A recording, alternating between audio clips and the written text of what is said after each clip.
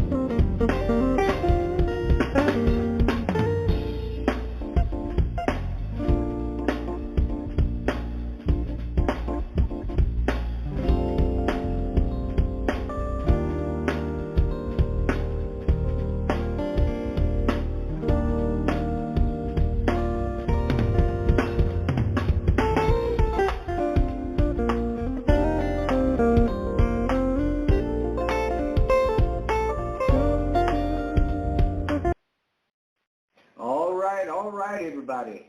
Tarhaka here with part 2, numbers, psychology, contracts, and law. I'd like to welcome you all to tonight's broadcast, and we will be dealing with the following questions. What is the psychology of law? We're going to start off with that first. How do human resources on your job cheat their employees? What are the laws of power? How do you respond to a write-up on your job? When they write you up, how you respond to that? What is black skin? What is that exactly? We're going to have to get down into that. Why do black women hate the truth? Uh-oh. Okay, I think that's when the fight going to break out. What is the state of the black man's mental health? We got to get down in that. We're going to give you some explanations, and I want you to pay close attention to what we're going to be discussing involving that. Does multiculturalism benefit you the most? Are black men losing interest in black women? Are they? Are white men in love with black women? What evidence do we have? Do we have any proof of that? Well, these questions and many more, we're going to make an attempt to answer all this tonight. But what we're going to do right now is run to our quick commercial, and then we come back. We're going straight down into this law business. All right, everybody. Don't forget, the greatest focal point in your life is when preparedness and opportunity meet. Hello. I'm Tarhaka Amana El Bay. I want to give a shout out to all the brothers and sisters across the country that got our secure party and credit information. It was now officially operating in the private. Keep in mind, you can access the direct treasury account, private banking, knowing the difference between public and private and being able to function correctly. Do that OID. Learn about your 1099s. You can do a whole lot of stuff once you have the knowledge to do so. Go to TarhakaDebtElimination.org. That's TarhakaDebtElimination.org. Fill out the Contact Us form. Send it to me and I'll send you my free report. TarhakaDebtElimination.org. All right, here we go. All right, we have a document called the UCC Connection. And right here in the introduction, I want you to pay very, very close attention, especially you guys who are dealing with your courts and you're doing up your documents and stuff. And this is what a guy ran into. And it states here that he was asked to testify in a tax case as an expert witness. After many days of preparation, he felt confident of his research. He spent over 30 minutes presenting many Supreme Court decisions that supported the defendant's position. The prosecution concluded his statement, and to his amazement, the judge told the jury that they could only consider certain facts, none of which were the facts that he had given. As soon as the trial was over, he went around to the judge's office and he was just coming in through the back door. He said, "Judge, by what authority do you overturn the standing decisions of the United States Supreme Court?" He sat on the bench a while and he read the case law. "Now, how do you, a district judge, have authority to overturn decisions of the Supreme Court?" The judge says, "Oh, those were old decisions." He said, "Those are standing decisions. They have never been overturned. I don't care how old they are. You have no right to overturn a standing decision of the United States Supreme Court in a district court." All right? Follow this now. Listen very carefully. Public law versus public policy. The judge said, name a decision of the Supreme Court after 1938. Name any decision of the Supreme Court after 1938, and I'll honor it. But all the decisions you read were prior to 1938, and I don't honor those decisions.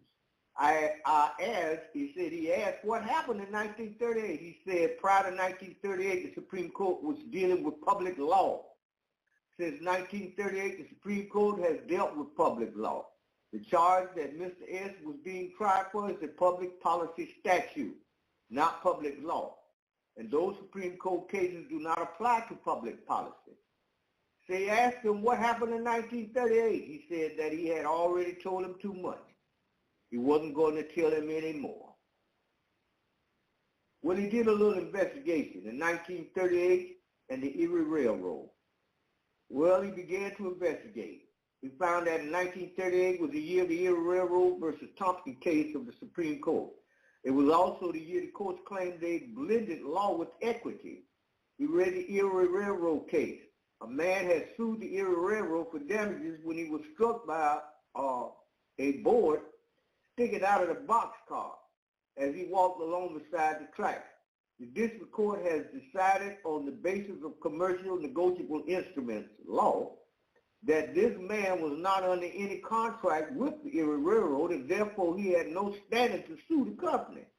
Under the common law, he was damaged. He would have had the right to sue. Follow that? This overturned a standing decision over 100 years. Swift versus Tyson in 1840 was a similar case, and the decision of the Supreme Court was that in any case that of this type, the court would judge the case on the common law of the state where the incident occurred. In this case, Pennsylvania, but in the Erie Railroad case, the Supreme Court ruled that all federal cases would be judged under the negotiable instrument law. There would be no more decisions based on the common law at the federal level. So here we find the blending of law with equity. This was a puzzle to him. As he put these new pieces together, he determined that all our courts since 1938 were merchant law courts and not common law courts.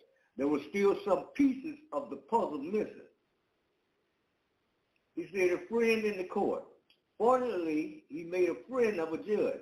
Now you won't make friends with the judge if you go into a court like a wolf in black country.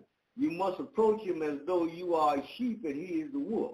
If you go into court as a wolf, you make demands and tell the judge what the law is, how he had better uphold the law or else.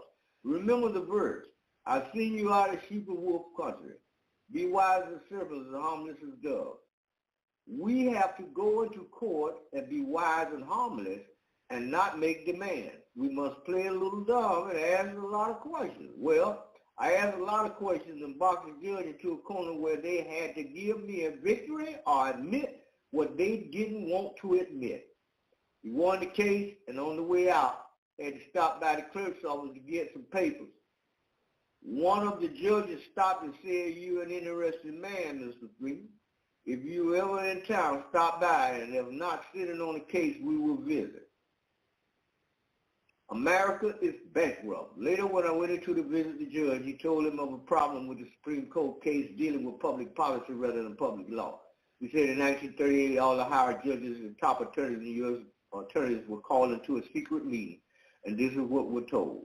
America's bankrupt nation is owned completely by its creditors. The creditors own the Congress, they own the executive, they own the judiciary, and they own all state government. Take silent judicial notice in this fact, but never reveal it openly. Your code is operating in an amateur jurisdiction. Call it anything you want, but do not call it admiralty. Okay? And I'm not going to read all of this. The document is the UCC connection, and that comes along with the package. We have that over here with us. But we're going to get on down into this thing here now. And what's important to me is that we're going to come back to some more of this law, okay? Don't go away. But I do want to put some emphasis on the mental state of the brothers in this country. We're going to deal with that tonight, and I have some examples I want you to pay attention to, and I want you to really, really think about what we're going to put forward for you, and see what you think about that. Okay, we'll get to that, but y'all just hold on a minute. All right. What did the Secretary of State in Michigan say regarding the UCC? The Uniform Commercial Code law governs commercial transactions.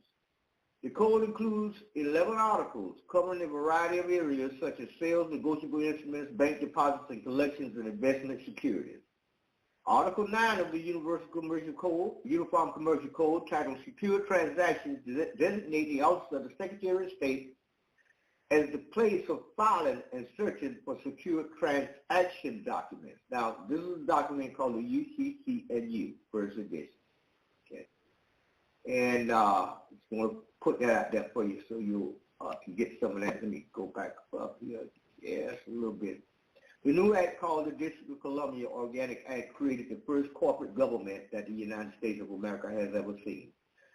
And it created a new corporation that most people don't see, let alone believe, because it's corporate America. It has everything to do with commerce. It's under contract law. Shortly thereafter, they created what is known as the Bureau of Vital Statistics. The Bureau of Vital Statistics is what formed a birth certificate, or title, chattel paper, with the help of the 14th Amendment and the newly created Bureau of Vital Statistics. This birth certificate is what created the first ever American corporate person, known as a straw man, a juristic person, any kind of fictitious corporation that you can put in your mind. And just think about it as a fiction. A third party front a dummy. It is not you, it is the word that reflects the certificate of title, chattel property. It is a contract. Okay, I'm going to stop right there. You get a hold of that document as well. We have that in our possession as well. But let's get on down in here. And we're coming back, but let's deal with the mental status of the brother. We'll deal with that first before we get on down into everything else. And we want to look at this from this guy's perspective and see what he has to say before I bring in the other information and put in my 2 cents worth, and then we'll decide from there what you think. Okay? Okay, first, oh, here it is right here. All right, here we go. Hold on.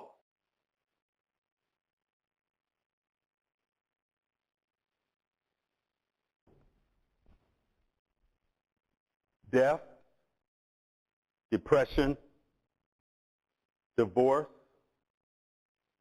debt, devastation, deadbeat, despair. There is a black male mental health struggle. I became a therapist in therapy. The unsustainability of black male trauma, black male rage, black male resentment is a real thing, an unsustainable thing. So what's the struggle? 1 in 4 psychologists are black. And when I say black, I mean that includes black men and black women. According to the American Psychological Association, 4% psychologists worldwide, in this country. For every 100,000 black Americans, only 1 black psychiatrist. 7% of black men received any form of mental health services in the last couple years. Right? Black youth, particularly black boys, are introduced with the struggle of mental health at a very early age. It's treated in elementary school by suspension or special education referrals. What's the black struggle? That's it. The inadequacy of practitioners who look like black men, who have a unique experience with mental health. Right? What does that mean for all of us?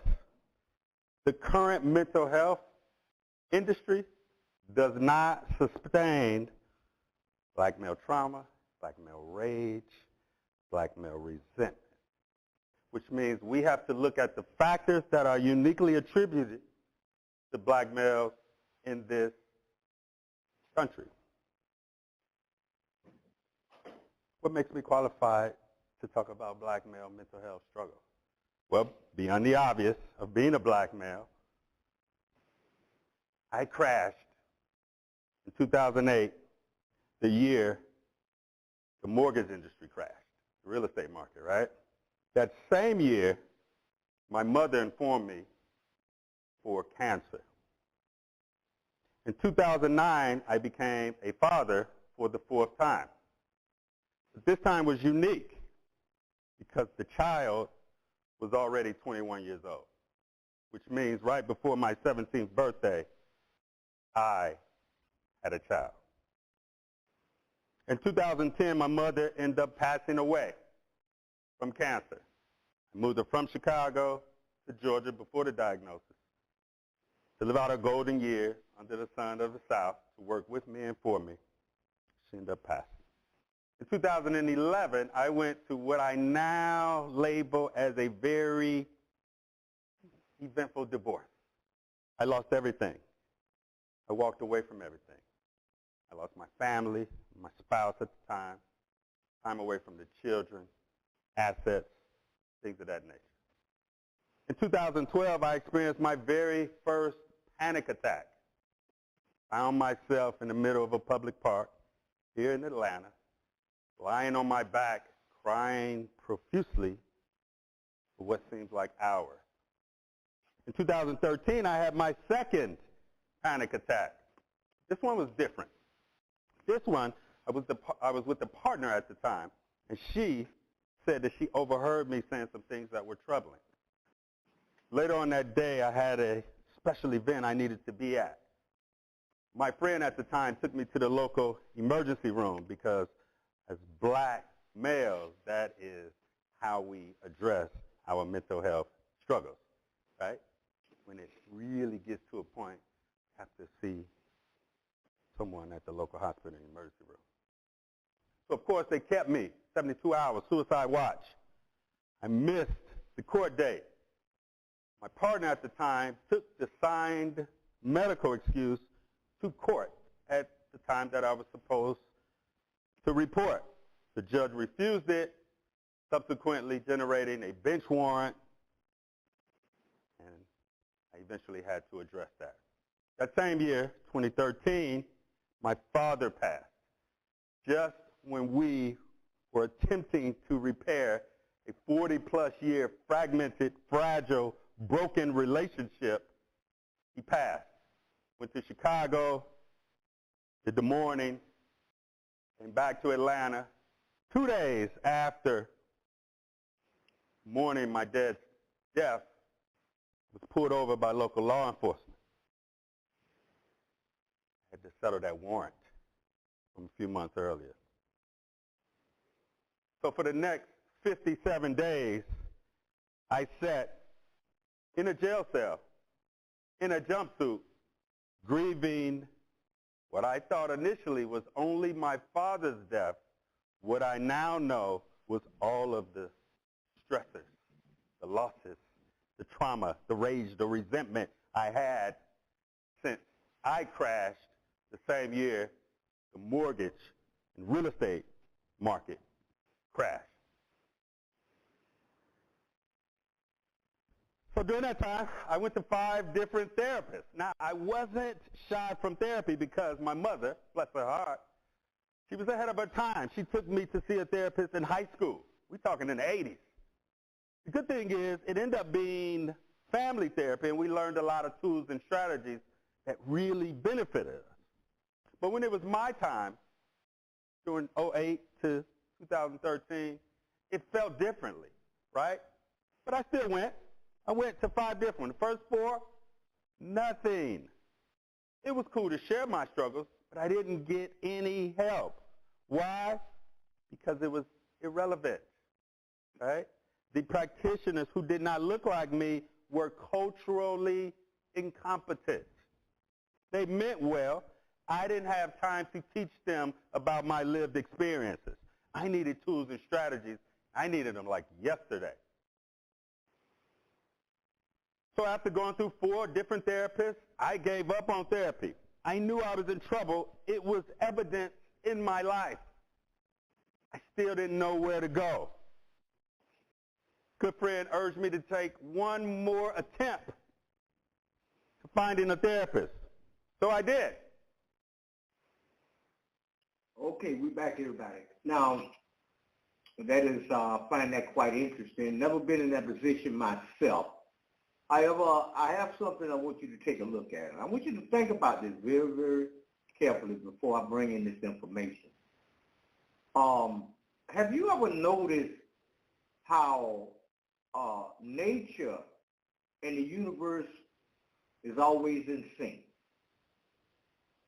We got black birds that hang with black birds. Red birds are with red birds. Crows are with crows. Sparrows, ducks with ducks, horses hang with horses. The tide of the oceans roll in at a certain time, and then they roll out. I mean, they ain't never running late. They always come in and out unless there's some upheaval out in the atmosphere somewhere. The sun rises and sets in the east at a certain time, and it rises and sets in the west at a certain time. It rises and sets on the continent of Africa, South America, you know. But everything is in order and in sync. Everything. We have spring, winter, fall, autumn, summer. Every year, year in and out, everything is in order. But now, when it comes to people, with our smart self, we're so smart. It is amazing how successful we have become as a result of being so smart. We have educational systems in the country where you go to school, get a good education so you get a good job. And then you go to college and you could get a career and all of these things. And we think that we got it going on, and all of nature in the universe is wrong and we right. How? I mean, what is it that causes us to be so brilliant? We say, well, Sunday is the day of worship. It's God's day on Sunday, okay? And on January the 1st is New Year's. That's the beginning of a new year. And December the 25th is Christmas. Now that's when Jesus was born. Brilliant. Then we have Easter. Now this is amazing, where we have a rabbit run around with chicken eggs with paint on them. Amazing, with our smart self. Well, anyway, let's take a look at some things, and this might explain some of the mental illness that some of us might be suffering from. We'll take a look at some of this stuff and see what y'all think. Okay? Yeah, kiss it. This episode of Reason Africa was made possible by our fans on Patreon. If you would like to get early access to these videos, please consider supporting our channel on patreon.com/ReasonAfrica. Time travel has always been a staple of science fiction. The idea of traveling through time is deeply fascinating. You get into a machine, press a few buttons, and step out not just somewhere else, but in a different time. It's really easy to imagine, but can it really be done? Well, yes, it can, in a limited sense. Over 100 years ago, Albert Einstein proved that time is intrinsically elastic, capable of being stretched or shrunk by motion. A perfect illustration is if you take the roughly 8-hour flight from London to New York and back to London, you will leap a split second into the future of stay-at-home Londoners. Whereas scientists are figuring out how to turn back the clock to travel in time, actual travel is limited only by how much cash we can spare, visa requirements and flight cancellations.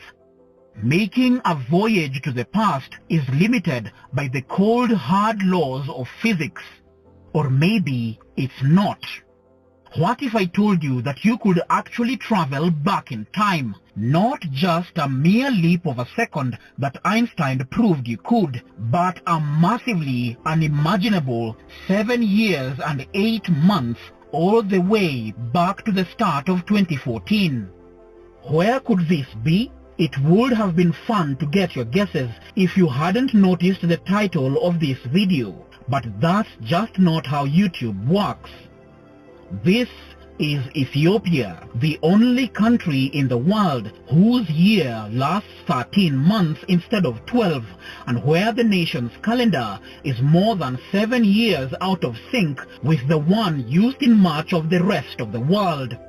While there are many cultures around the world that have and follow their own calendars, which are not the same as the Gregorian calendar, however, they abide by the rule of 12 months a year, making Ethiopia curiously unique. Unlike the Gregorian calendar used widely in the West, Ethiopia's version not only squeezes 13 months into every year, that is 12 months comprising 30 days each, and an additional month made up of just 5 or 6 days, depending on whether it's a leap year. It is also 7 years behind the Western calendar. Last week on Saturday was September 11th, 2021 for all countries in the world, but on that day, this Horn of Africa nation marked the beginning of its new year, 2014. Traveling to Ethiopia is therefore definitively taking a trip back in time.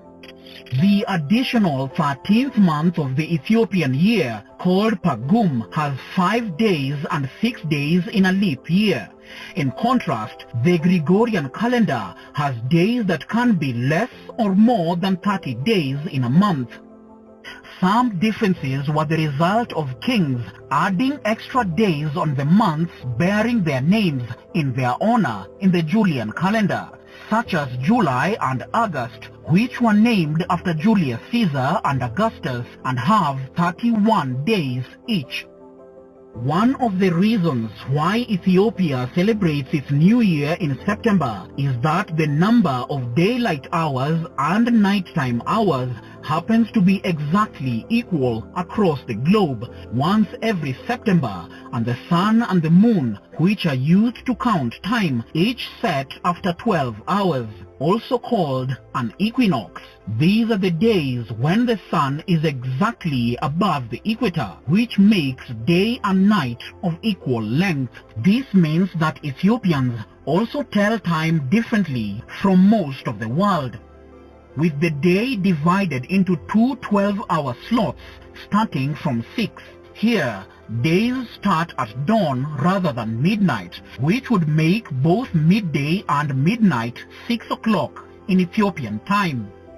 They don't usually use the ante-meridian and post-meridian timing and begin their day at 1 a.m. and end at 12 p.m., which is sunset local time.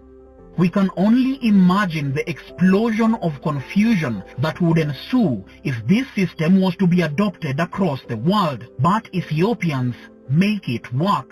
That is, until you introduce newbies to the system.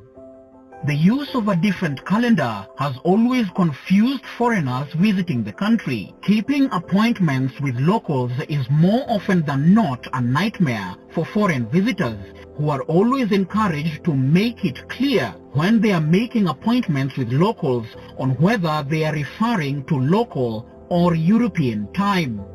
The other reason is derived from religious belief. The Ethiopian calendar is greatly intertwined with biblical anecdotes. The last day of the year in the country, which the rest of us call New Year's Eve, is referred to as Pagume Main, pardon my pronunciation, and the first day of a new year is Enkuntatash, meaning the gift of jewels. The Enkuntatash tradition dates back to the time when the famous Queen of Sheba returned from her journey to visit King Solomon in Jerusalem, where she was gifted expensive jewelry. Her return to Ethiopia after receiving the gift coincided with the New Year celebration in September. But Enkuntatash is not exclusively a religious holiday. Ethiopians believe that the month of September shows different signs that explain the beginning of the new year, such as the time where the blooming of flowers are seen everywhere, the rainy and foggy weather leaves, and the pleasant sunny days begin. The distinctive dating system has its roots in the ancient Ethiopian Orthodox Church, which, like Orthodox churches throughout the world, did not follow Pope Gregory XVIII's decision to abandon the Julian calendar for the Gregorian one in 1582. The Ethiopian and Gregorian calendars both use the birth date of Jesus Christ as a starting point for their calculations. The difference in the two calendars is because alternate calculations are used in determining this date. Pope Gregory XVIII, who created the Gregorian calendar, made some changes to the previously used Julian calendar. Several countries that were under the dominion of the Catholic Church had to accept the Gregorian calendar. At the time, many countries opposed the new system, which ordered them to drop 11 days from the Julian calendar. London residents took to the streets to protest the new calendar, holding banners that demanded, "Give us back our 11 days." The region refused to accept the calendar until 1752. The Soviet Union was also a holdout until 1918, when they accepted the new calendar under the influence of its communist leaders. Greece, on the other hand, refused to switch until 1923. Ethiopia, a country free of any colonial powers and influences of the Roman Church, was not affected by the tides and easily retained its original calendar, which claims that Jesus was born in 7 BC and started counting days from that year on. Other calendars held that Jesus was born in 1 AD. The main departure point is when the Catholic Church amended its calculation. The Ethiopian Orthodox Church did not. According to the Ethiopian calendar, a year has 365 days, 6 hours, 2 minutes and 24 seconds. Once every 4 years, the 6 hours add up to 24 hours and become the 6th day in a leap year. Once in 600 years, the 2 minutes and 24 seconds add up to a full day and form a 7th day. This means that every 600 years, a unique star called Akede in Ethiopian comes out and shadows the sun, causing a total solar eclipse. As recorded by ancient Ethiopian records, Ethiopian elites knew long before modern-day scientists about solar eclipses and predicted when they would take place. So as the rest of the world gears for end-year celebrations in a little over 3 months, Ethiopians have just put down their New Year resolutions for the year ahead. In Addis Ababa, home to around 5 million people, the shopping and new festive mood are winding down as they settle into the new year. The calendar offers foreign travelers the perfect excuse to claim they are 7 years younger than they actually are, and to hold 2 different celebrations for New Year's and Christmas. Most Ethiopians are aware of the Gregorian calendar, and some even use both calendars interchangeably. However, hats off to them, they have shown no signs of wanting to abandon their ancient calendar. That's a wrap, guys. A massive thank you to our growing list of patrons, and as always, thank you so much for watching. I'll see you next time. Okay. All right, now, we're just getting rolling here now. Because what we're trying to do, I'm trying to show you something here. We are in the West living in a false sense of time. Everything in nature and everything in the universe is insane. But over here where we at, ooh, and we wonder why you just can't get a grip on what's going on. If it ain't one thing, it's another. Problem after problem after problem after problem. All right, let's take a look at the calendar before we go down and deal with other evidence, okay? Hold on a minute. Ethiopia has proven to be a historical beacon, not only in Africa, but in the entire world, as many historians agree that this is one of the oldest countries in the world. The traditional ties of this country are still strong and unchanged, and as the rest of the world has evolved over the years leaving their ancient history behind, Ethiopia did the opposite, upholding their culture.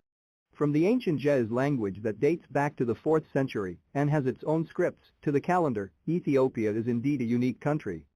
The Ethiopian calendar has been in the spotlight for quite some time, but still, most of the world does not yet know that it uses its own version of the calendar, now known as the Ge'ez or Ethiopic calendar, which is about 7 to 8 years behind. The rest of the world uses the Gregorian calendar, which was introduced in October 1582 by Pope Gregory XIII as a replacement for the Julian calendar. It later spread throughout the Roman Empire and beyond as Christianity spread and influenced the design of almost all calendars elsewhere, as we can see today. As the Europeans were colonizing Africa, they brought forth the calendar which is now widely used all over the continent, but due to Ethiopia's successful resistance to colonization, they were able to preserve their traditional calendar. The Ethiopian calendar has 12 months of 30 days each, with a 13th month that has 5 days, and 6 on a leap year which occurs after every 4 years. The difference of the 7 to 8 years between the Ethiopian and Gregorian calendars results from an alternative calculation in determining the date of the birth of Jesus. According to the Ethiopian calendar, Jesus was born in 7 BC, while the Gregorian one claims that Jesus was born in 1 AD, thus creating the 7-year and 8-month difference. The Gregorian calendar has been subject to criticism.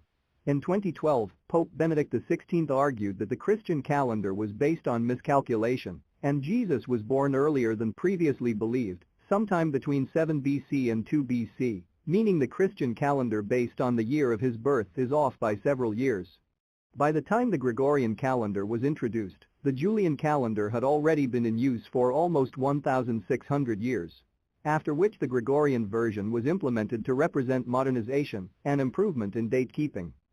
Julius Caesar, who initiated the Julian calendar, introduced this Egyptian solar calendar, taking the length of the solar year as 365 1/4 days, which had exaggerated the year with 11 minutes and 14 seconds. Secondly, the excess leap days that were introduced by the Julian calendar had caused the calendar dates of the seasons to regress by almost 1 day per 100 years. As time went by, this error had resulted to massive differences in time, and by the time Pope Gregory XIII was the head of the church in the 1500s, the discrepancy had accumulated to approximately 10 days. To reinstate the correct time, the Pope based his reform on the March equinox, which used to occur on March 11th, but had shifted to March 21st in 325 C. This change was done on October 1582, when the reform advanced the date by 10 days. If you go back to check your 1582 calendar, you'll notice the missing 10 days, as Thursday 4th October of the year was followed by Friday 15th October of the same year. Currently, the Julian calendar is 13 days behind the Gregorian calendar, but the discrepancy between the two calendars will increase to 14 days in the year 2100. It does not even end there, as Ethiopia celebrates its new year on September 11th, unless it is a leap year, in which case it is celebrated on September 12th, and whose celebrations usually last for a week. The Ethiopian Orthodox Church, which uses the calendar, also recognizes January 7th as the day that Jesus was born, while in most parts of the world, Christmas is celebrated on December 25th. And again, if you are planning on a visit to Ethiopia, the date isn't the only thing you will be cross-checking, but the time as well. Don't wait for me to say they have 25 hours instead of the normal 24, but the way of reading or telling the clock is what is different from the rest of the world, just like the calendar. Similar to the Swahili way of telling the clock, the day starts at dawn and runs till dusk, unlike the rest of the world, where the day runs from midnight to midday. Due to Ethiopia's location near the equator, sunset and sunrise are mostly constant all year round and are defined as 6 p.m. and 6 a.m. respectively in standard time. This thus means that 7 a.m. is the first hour of the day and is read as 1 in the morning instead of 7 a.m. An easy adjusting to this time is to subtract 6 hours from the standard clock time. So technically speaking, Ethiopia is not really behind the rest of the world, it is just the type of the calendar they use that brings the difference. This is also the reason Ethiopia will always remain a historical country and a role model to many nations for not abandoning their traditions which have been passed down to many generations for centuries, and by the look of things, this tradition will continue. Okay, now, the using Jesus Christ as a marker, okay, because we've already dealt with that for years and years, and we've already, Dr. Walter Williams already gave a breakdown on the Jesus thing. We can get down to that. But anyway, let's deal with something else in regards to this matter. And I want you to think about this now. You just heard what the gentleman said about us having the calendar and stuff, and what we are attempting to do is live our lives and have a normal life out of sync. And with something that's governing time, if we out of sync using it, and all kind of stuff is going on. And so let us take a look at something else, and then when we get back, we'll get on down into broadcast. Got one more plug on this thing involving this calendar, because we're dealing with this mental health, and I'm trying to show you this thing from a whole different angle. This Y'all hold on a minute. 1775 Bible shows that March is actually the first month of the year, and Sunday, yes, you heard right, is the first day of the week. Take a look. So this right here is the Bible from 1775 telling us at the time that we used to have 13 months. The first month of the year is March! Look at all the way to the end, guys. There's 13 months. 13 months! First day of the week, Sunday. Second day, Monday. Look at that. Seventh day or Sabbath, Saturday. This is the proof right here. I've always been a curious soul, but not in the way you'd expect from scholars or historians. My explorations take place from the comfort of my own home, often late into the night, guided by the soft glow of my laptop screen. This is how I ended up watching a video by Mark Pyers on his channel, Mark Inspires. What I discovered there sent me straight down a rabbit hole. Mark presented an old Bible from 1775, and it wasn't the antiquity of the book that caught my attention, it was the content.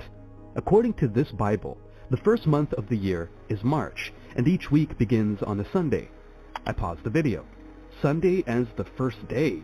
March as the first month? That's not what any calendar I've ever hung on my wall has shown. The curiosity in me sparked. I wondered, if what I was looking at was true, why did everything change? Who decided to flip the script and shift the months around? And why does it feel like we might be out of step with the rhythm that was once so ingrained in our culture that it was worth printing in the good book itself? It was like finding a piece in a puzzle that I didn't know was missing. The more I thought about it, the more questions arose. What if the holidays we celebrate, the ones we've been told were based on ancient traditions, were actually aligned with a different rhythm, one dictated by this forgotten calendar? Take Christmas, for instance, often said to be a rebranding of pagan festivities.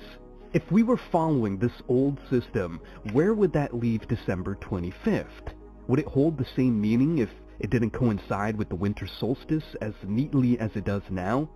Could this alternative arrangement of time affect not just holidays, but our everyday lives? I'm not an academic with a wall of degrees, but that night, I felt a responsibility to learn more. There was a sense that by understanding the past, by peeling back the layers of changes and adaptations, I might find something essential. Something about how we connect with the universe, with each other, and how we find our place within the cycles that govern our existence. And so, I began a journey, one not through dusty library shelves or ancient ruins, but through the digital realm of information, armed with a newfound determination. I was ready to see where this old Bible's tale would lead me and what it might reveal about the world we think we know so well. Discovering that Sunday might actually be the starting point of the week necessitates a serious reconsideration of cultural and religious norms. It presents the startling idea that the day we traditionally dedicate to rest and religious observance could indeed be Saturday. Such a perspective carries weighty implications for contemporary religious customs, hinting that widespread practices might not align with this historical viewpoint. Astrologically, the impact of such a shift cannot be understated.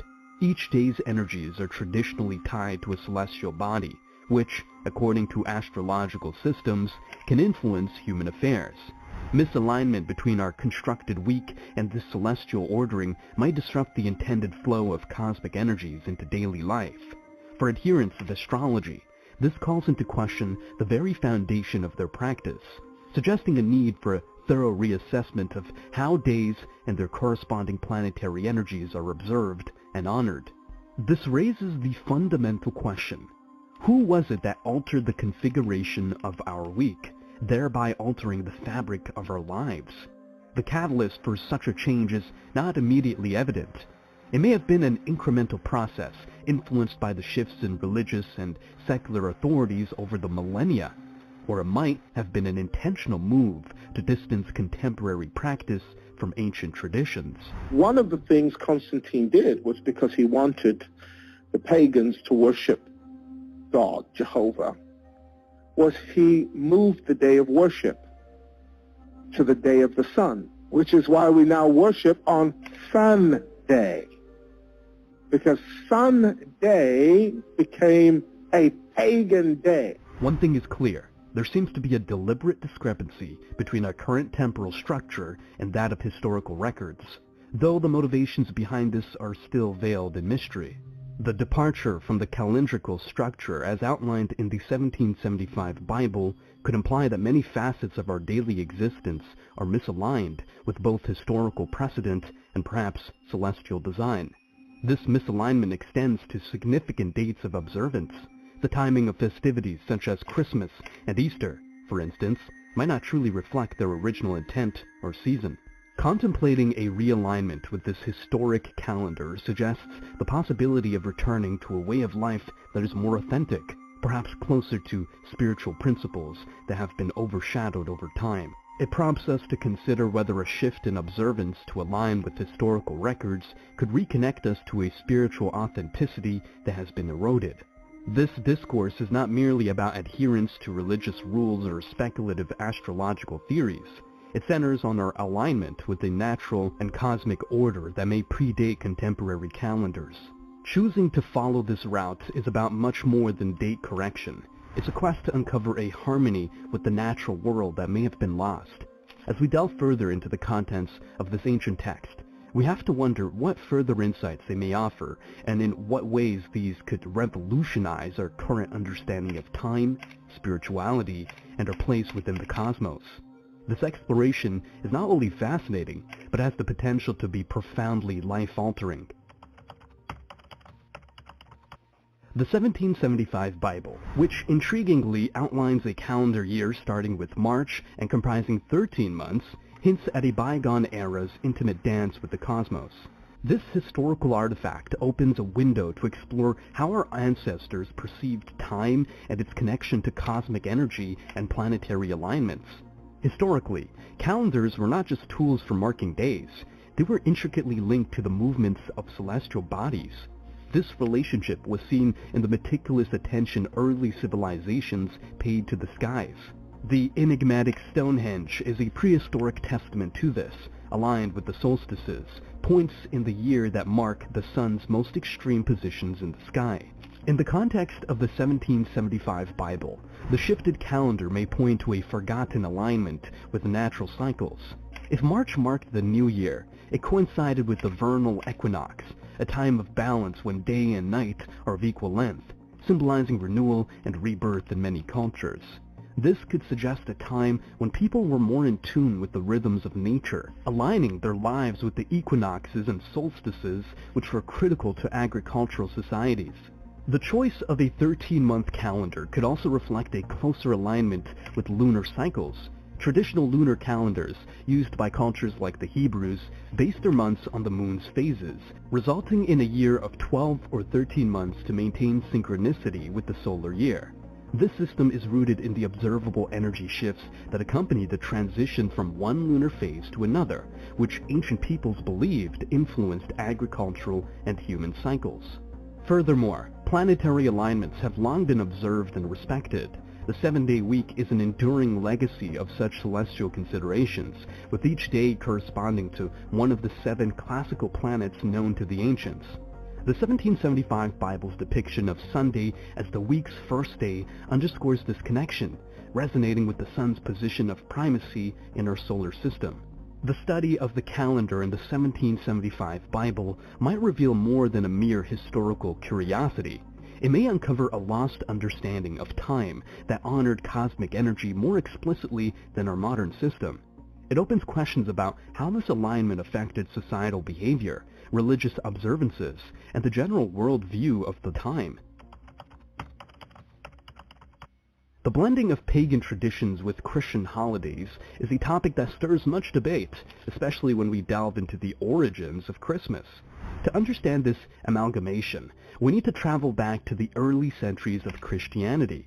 It wasn't until the 4th century that the Church officially proclaimed December 25th as the birth date of Jesus, a date that conveniently coincided with the Roman festival of Saturnalia and the pagan celebration of the winter solstice.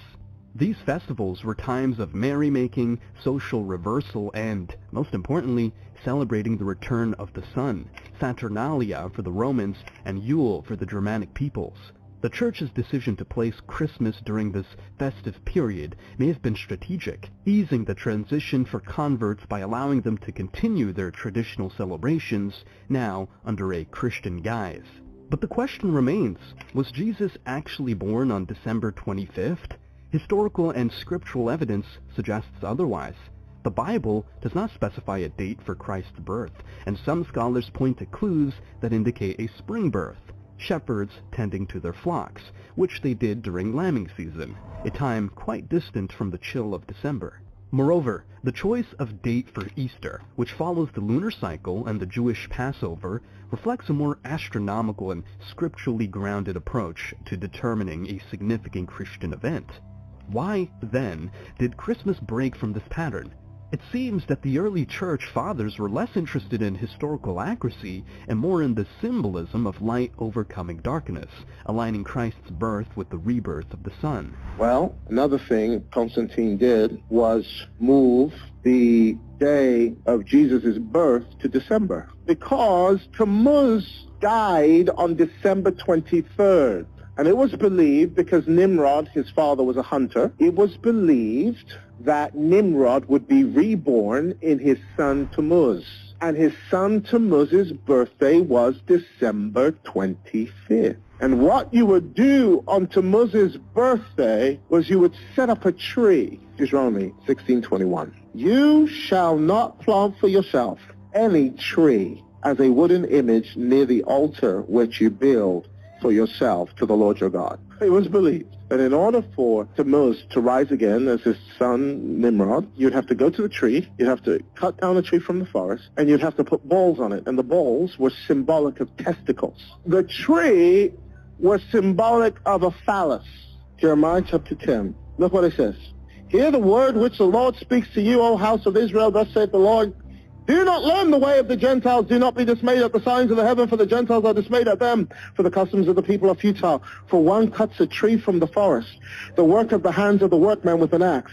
They decorate it with silver and gold. They fasten it with nails and hammers so that it will not topple. I hate to bring you bad news. The calendar delineated in the 1775 Bible, with its unconventional 13-month year beginning in March, invites us to revisit historical timelines and spiritual narratives. Among the most profound is the birth of Jesus, traditionally celebrated in December. However, if the ancient calendar were a more accurate measure, could it be that the nativity story unfolded in the spring? Such a shift is not merely a technical correction of dates. It proposes a re-examination of astrological and spiritual symbolism that has long been intertwined with the season of Jesus' birth. Spring, marked by the vernal equinox, is a time of renewal, when the earth awakens from the dormancy of winter. It's the season when lambs are born, which coincides with the historical account of shepherds watching their flocks by night, a detail supporting a springtime nativity. If Jesus was indeed born in the spring, the association with Aries, the ram, in the zodiac becomes intriguing. Aries, beginning in late March, is a sign often linked to leadership and new beginnings. Such a synchronization would weave Jesus' birth into the tapestry of astrological lore, presenting him as a figure heralding a new epoch, aligning with the symbol of the ram often associated with sacrifice and new initiatives in various mythologies. Exploring further, the spring equinox is a time when day and night are in perfect balance, which might symbolize the dual nature of Jesus as both human and divine. This natural harmony could provide a powerful allegory for the spiritual equilibrium he is said to bring. This repositioning of the nativity to spring could also influence the spiritual interpretation of biblical texts. For example, the light coming into the world gains a literal dimension as the days grow longer and the darkness of winter recedes. The themes of rebirth and resurrection, central to Christian doctrine, naturally align with the world's awakening in spring. Moreover, the implications for Easter, closely tied to the Jewish Passover, are significant. Rather than a wandering date with the Gregorian calendar, a springtime Christmas would closely precede Easter, linking Jesus' birth and resurrection even more tightly within the cycle of natural and spiritual rebirth. The hypothesis of a springtime nativity prompts a reevaluation of our understanding of one of Christianity's most sacred narratives. It invites believers and historians alike to ponder the relationship between celestial cycles and sacred events. Each potential revelation nudges us to consider how celestial events have been foundational in shaping our spiritual traditions and how they might continue to do so if viewed through the lens of a calendar that perhaps once more closely mirrored the cosmos. The Julian calendar, established by Julius Caesar in 45 BCE, was a turning point in the annals of timekeeping. This calendar shifted from a lunar to a solar structure, extending the year from 355 days to the 365-day format we're familiar with, albeit with some inaccuracy. A day's surplus accrued every 128 years. In its wake, it is believed that a 13-month calendar, one that may have been more attuned to natural cycles, was cast aside. The reasons behind this transition were both practical and political. Roman society, growing increasingly complex, demanded a more predictable and uniform system to manage festivals, agricultural cycles, and taxation periods. It was also a power move. Emperors often manipulated the calendar to extend their terms or to insert their own festivities. These changes, subtle at first, would ripple through time to become vast overhauls, with each successive power leaving its mark on how we measure our days. Why then did the 13-month calendar, which might have had a more natural alignment with lunar cycles, fall out of favor? The omission of this 13th month could be a lost connection to a time when the night sky played a more pronounced role in daily life. Historical records are riddled with gaps and inconsistencies, some possibly by accident, others likely by design. The transition from a 13-month to a 12-month year is muddy at best. There's a school of thought that suggests the church and ruling authorities intentionally steered away from lunar calendars to diminish the influence of pagan traditions, which were closely tied to the phases of the moon. The removal of the 13th month could also be tied to numerology. 13 has been viewed with superstition in various cultures. Its exclusion might have been a deliberate effort to avoid association with a number so often linked with bad luck, or with women's menstrual cycles, which were often viewed with fear or disdain. If indeed there was a 13-month calendar that reflected a more accurate cosmic rhythm, what were the implications of its abandonment? Our modern calendar is misaligned with the lunar cycle by nearly a day each month. Over time, this dissonance could lead to a societal disconnection from natural patterns, affecting agriculture, mental health, and spirituality. Religious festivals, many of which were once synchronized with celestial events, now float through the year, untethered from the rhythms they once celebrated. Christmas, Easter, and other holidays have been assigned fixed or fluctuating dates that may no longer correspond with the times of year they were originally meant to honor. The ripple effects of a calendar out of sync with the cosmos may be more profound than we realize. Agricultural practices that were once timed to the reliable rhythms of the moon now rely on the imperfect Gregorian calendar.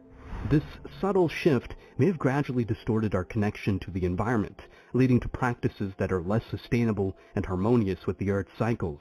In spiritual terms, the impact is even more esoteric. If sacred days are misdated, the collective energy focused on these times might be akin to misdialed calls in the cosmic sense. Are prayers and celebrations reaching their intended spiritual heights, or are they somewhat off the mark? This isn't to question the faith or devotion of practitioners, but rather to ponder the power of collective consciousness and its relationship to the timing of sacred observances.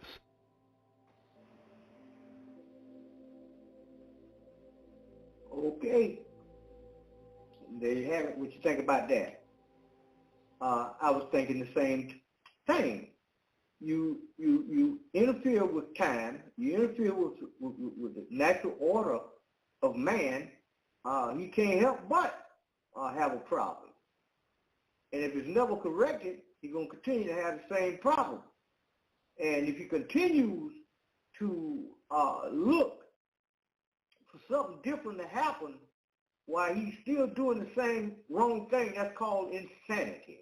And that is exactly what we are experiencing today in this society. I mean, this thing is way out of whack. But for the most part, a lot of people don't want to turn around. We got churches that they probably shoot me for even trying to introduce this because we're messing with the money. You know, Sunday, you talking about messing with Sunday. We have first Sunday. Well, that's incorrect. Sunday is the first work day of the week. Just like you go to work on Monday and Tuesday and Wednesday and Thursday and Friday. You begin your day in the west when the sun goes down. That is the beginning. If the sun goes down on Sunday, now it is officially Monday.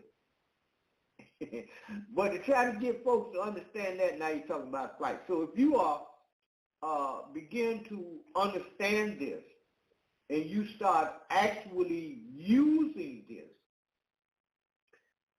you'll feel better. You're in line with nature, your energies, your spiritualism, all that'll be fine. You benefit.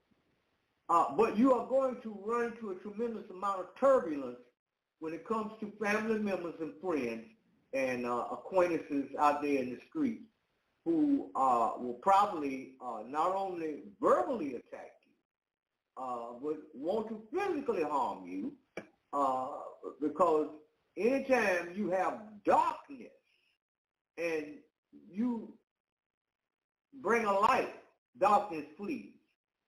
Go in a dark room and strike a match, the darkness runs. Go. Cut on the light in the dark. Boom, where the dark went. It just dipped.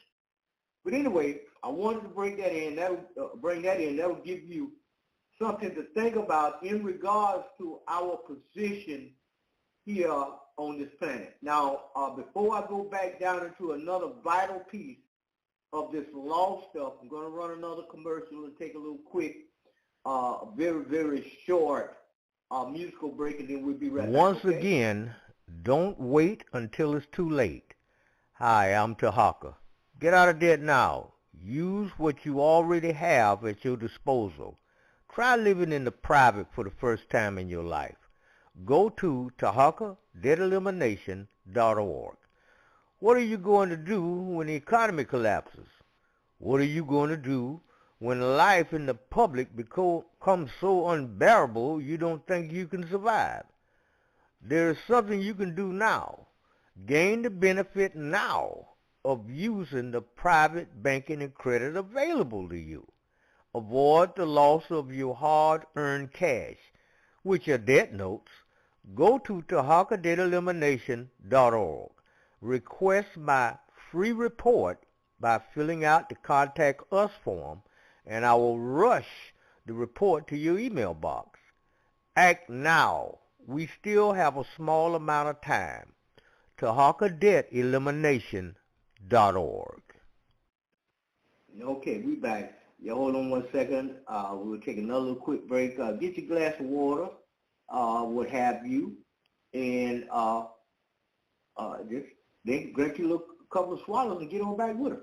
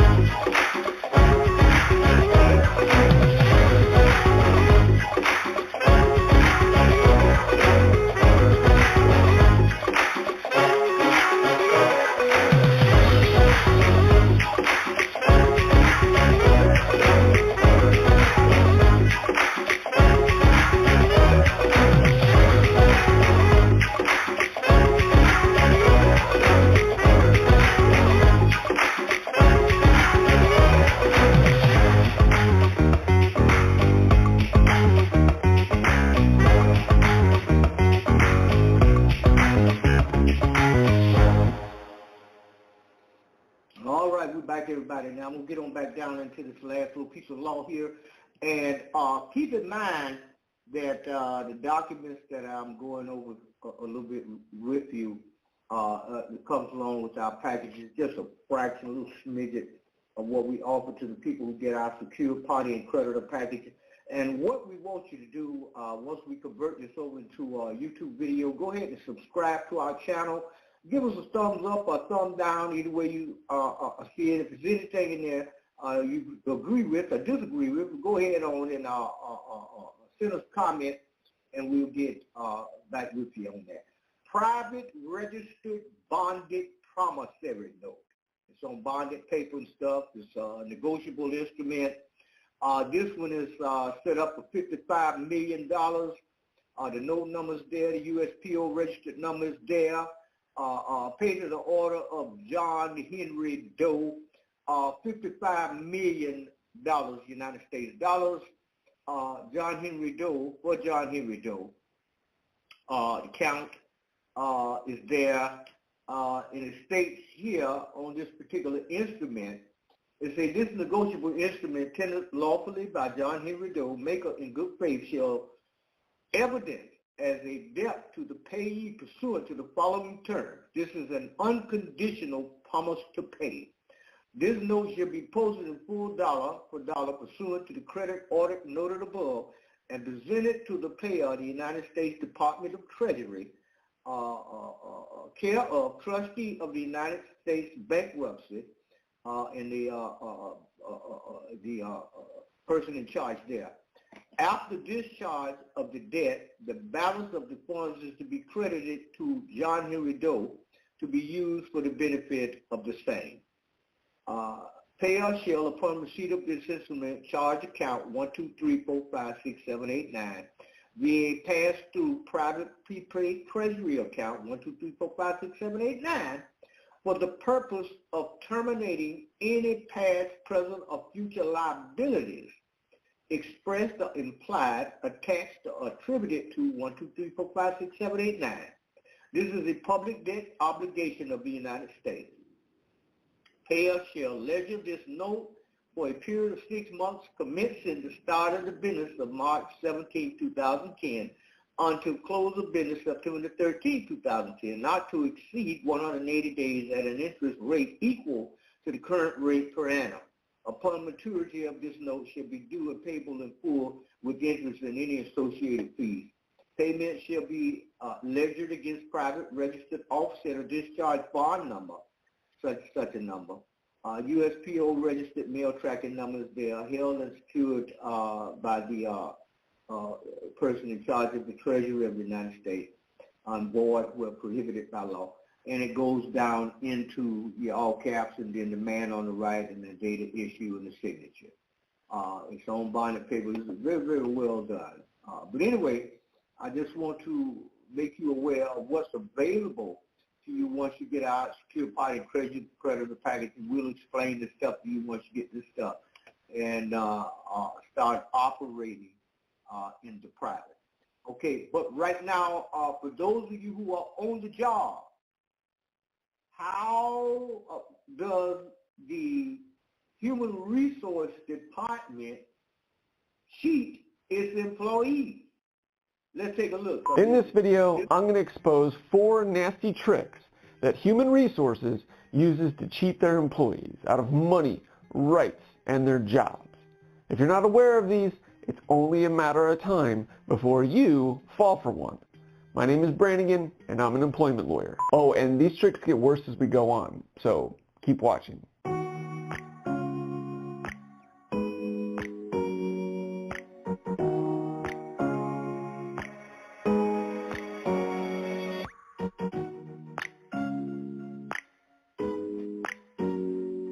Trick number 1 is the mighty open door policy. If you open up your employee handbook, there's a 90% chance that somewhere in there it says that Human Resources has an open door policy. Regardless of the language used, most people understand that to mean HR is there. They want to hear your concerns and complaints. And if you go to HR, they will keep your complaint confidential and you'll be protected from retaliation. This is absolutely not true. They almost never keep your complaint confidential. I've talked to hundreds of employees who went to HR in confidence only to find out shortly thereafter that their complaint was shared with the very person that they were complaining about. But it gets much worse than that. Most companies actually use the open door policy as an early warning system so they can get a heads up on the complaints and quash employee dissent and complaints before they spread. I've talked to hundreds of employees who have complained about something legitimate, and shortly thereafter they got written up, and shortly after that they were fired for some sort of vague and nebulous reason. And as a part of this, HR routinely tells people that if you utilize the open door policy, you will be legally protected from retaliation. But that's untrue. Legally, you are only protected from retaliation if you've made a complaint protected by law. And I've made several videos about this subject, and I'll provide links at the end if you want to know more about that. But most HR people know that you're not protected, and if it suits their objectives, they will tattle to management, and you'll get fired soon thereafter. Now, don't get me wrong, there are absolutely times when you should go to human resources and complain in writing. And I go much deeper into that in my video series on how to complain to HR correctly, and I'll provide links at the end of this so that you can watch that. But you should not complain until you fully know why you're doing it, how to do it right, and how to minimize the risks. While the open door policy is a nasty trick, it doesn't even come close to the worst on this list. So stay with me. Trick number 2, workplace investigations. Let's say you go to HR to verbally complain about a coworker who's been harassing you and other female employees. The HR rep will listen attentively and take notes. You tell her about what happened to you, and you give her the names of other victims at work. The HR rep then says that she is going to launch an investigation into the matter. This, unfortunately, is a lie. There are no due process rights within a company. Yes, she is going to launch an investigation, but not to find out what actually happened. Her investigation is going to be about how she can best protect the company. You see, human resources is not your friend. The company pays her paycheck. Her job is to protect the company from employees like you. And if a potential lawsuit is brewing, her job is to document the things that help the company, not you. So she will likely destroy her notes that she took during your meeting. She will only interview the witnesses that help the company, not the ones that corroborate your story. Every time she communicates with you going forward, it'll probably be either in person or on the phone, not in writing. She will start working with your direct supervisor to document your performance deficiencies so she can write you up in a few minutes to paper your personnel file so that down the road, if you sue the company can say, look, we wrote her up several times. She was a bad employee. And the worst part of all of this is that when she finishes her investigation, I guarantee she will create some kind of investigation report that concludes there was no evidence of any wrongdoing.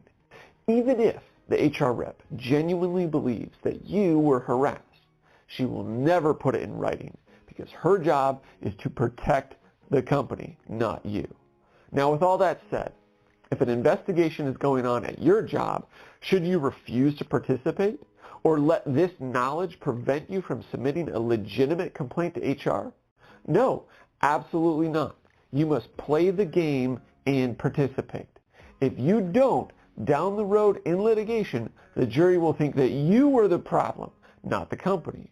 You must always think to yourself, how would a jury view my actions here? Asking yourself this question is key to doing the right thing in most employment situations. If you're getting value out of this video, click the subscribe button down below. I make lots of videos about employee rights, so if you want to stay in the loop, click the button. Trick number 3, they lie.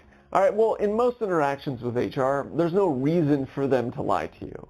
However, there is no legal requirement that they be truthful with you. So, when things start to get tough, when there is a dispute, you can count on them protecting their paycheck at your expense. So in addition to what we've already talked about here today, what are the common situations when HR is going to lie to employees? Well, they routinely lie in write-ups and performance improvement plans. They can say that you were late all the time for work when you weren't. They can say that you were insubordinate when you weren't.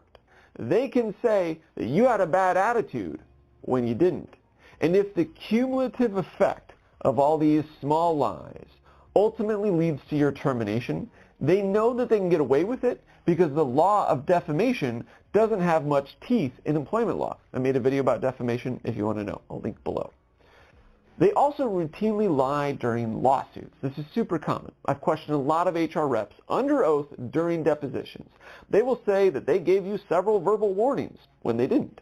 Or they will deny that other people have complained about the issue that you've complained about. Why do they do this? Well, they do it to protect their job. Think about it. If they tell the truth, they're probably going to cost their company a whole bunch of money. So they lie so they don't get fired. The only way to hold them accountable is to have a really good lawyer who can impeach them properly during the case. But this trick, this line, still isn't even close to the worst trick on this list. The next one is the worst. It has screwed millions of Americans out of billions of dollars, and I'm not exaggerating. Before we get to it, I should say one last important thing. I have a license to practice law in California. A lot of people who see my videos want to contact me, and that's great. But the free consultation process at my office is for California workers who got fired from their job, and they believe that they have a case for harassment, retaliation, discrimination, or wrongful termination. If that applies to you and you think I've earned your phone call, don't be afraid to give me a call for a free consultation. Trick number 4, and this is the worst, arbitration. My office gets literally thousands of calls each year. And just about every single one of those people, we ask the following question. Did you sign an arbitration agreement when you started work at the company?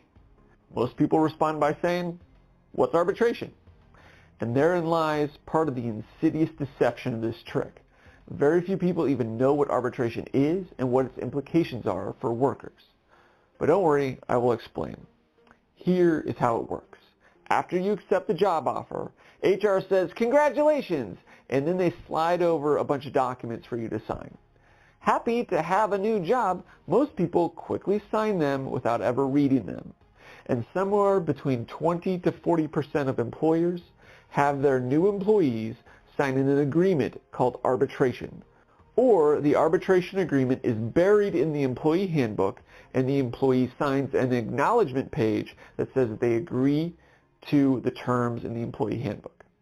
Now, if you try to refuse the arbitration agreement, say you refuse to sign it, HR will probably rescind the job offer. Okay, well, what does arbitration actually say? Well, an arbitration agreement says that if there's ever a dispute between you and the company, you can't sue them in the public court system. You have to sue them through private arbitration.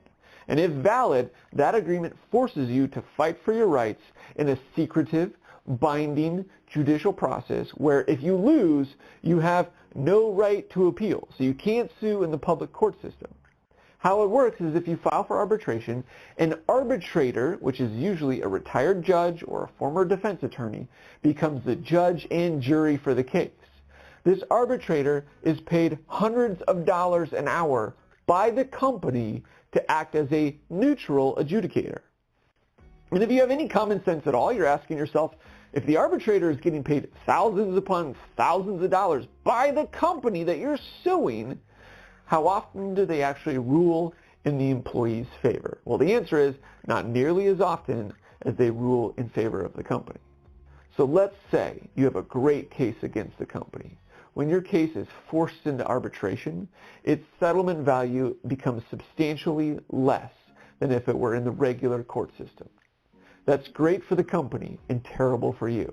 And I've talked to dozens of my employment lawyer colleagues, and they all say that arbitration dramatically reduces the value of the case. And if you extrapolate this out on a nationwide basis, billions and billions of dollars of employee money is lost. But that is not even the worst part. Yes, you can sue them in arbitration, and you might get something. Sometimes you get something that's pretty much okay.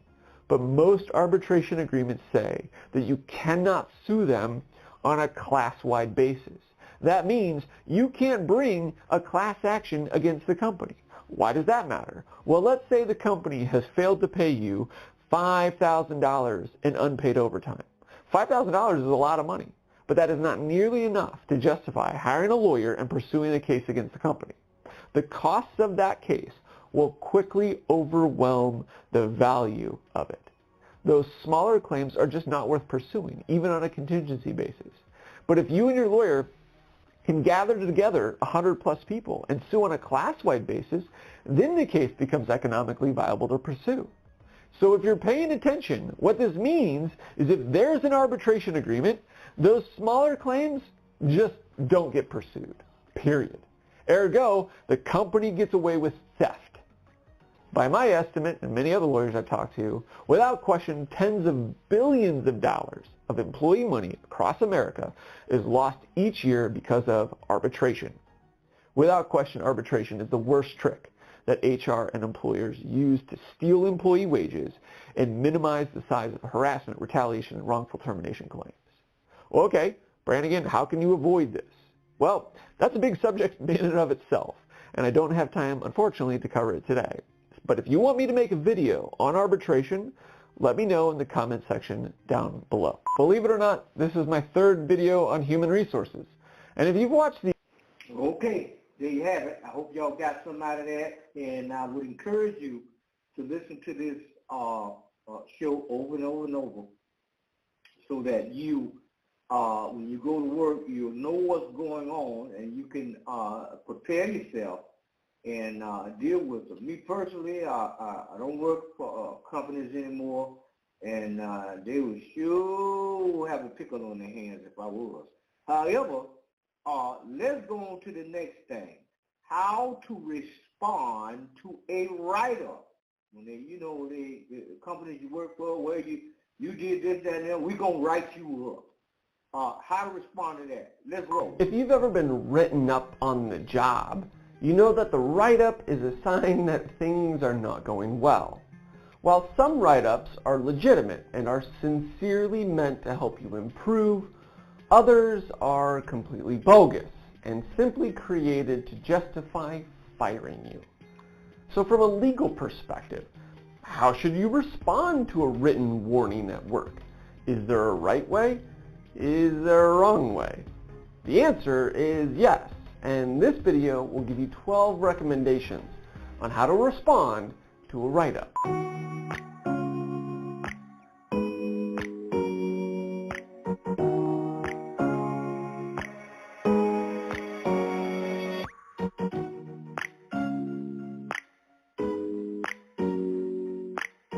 My name is Brannigan Robertson, and I'm an employment attorney. The 12 recommendations that I'm going to make in this video will help you respond to a write-up so that you can, number one, minimize the risk of being fired, and number two, legally protect yourself in case the company fires you in the future. But before we can get into any of that, we need to get three very important things out of the way. Number one, the amazing thing about YouTube is that we get to learn from each other. If you've been written up in the past, put your story in the comment section down below and describe what happened and tell us how it turned out. That way we can learn from your experience. Number two, the end of this video is the most important part. That's where I'm going to give the 12 recommendations that I have up on the whiteboard. But don't skip ahead to that. You need to watch the introductory parts of this video in order to understand why I'm making the recommendations that I'm making.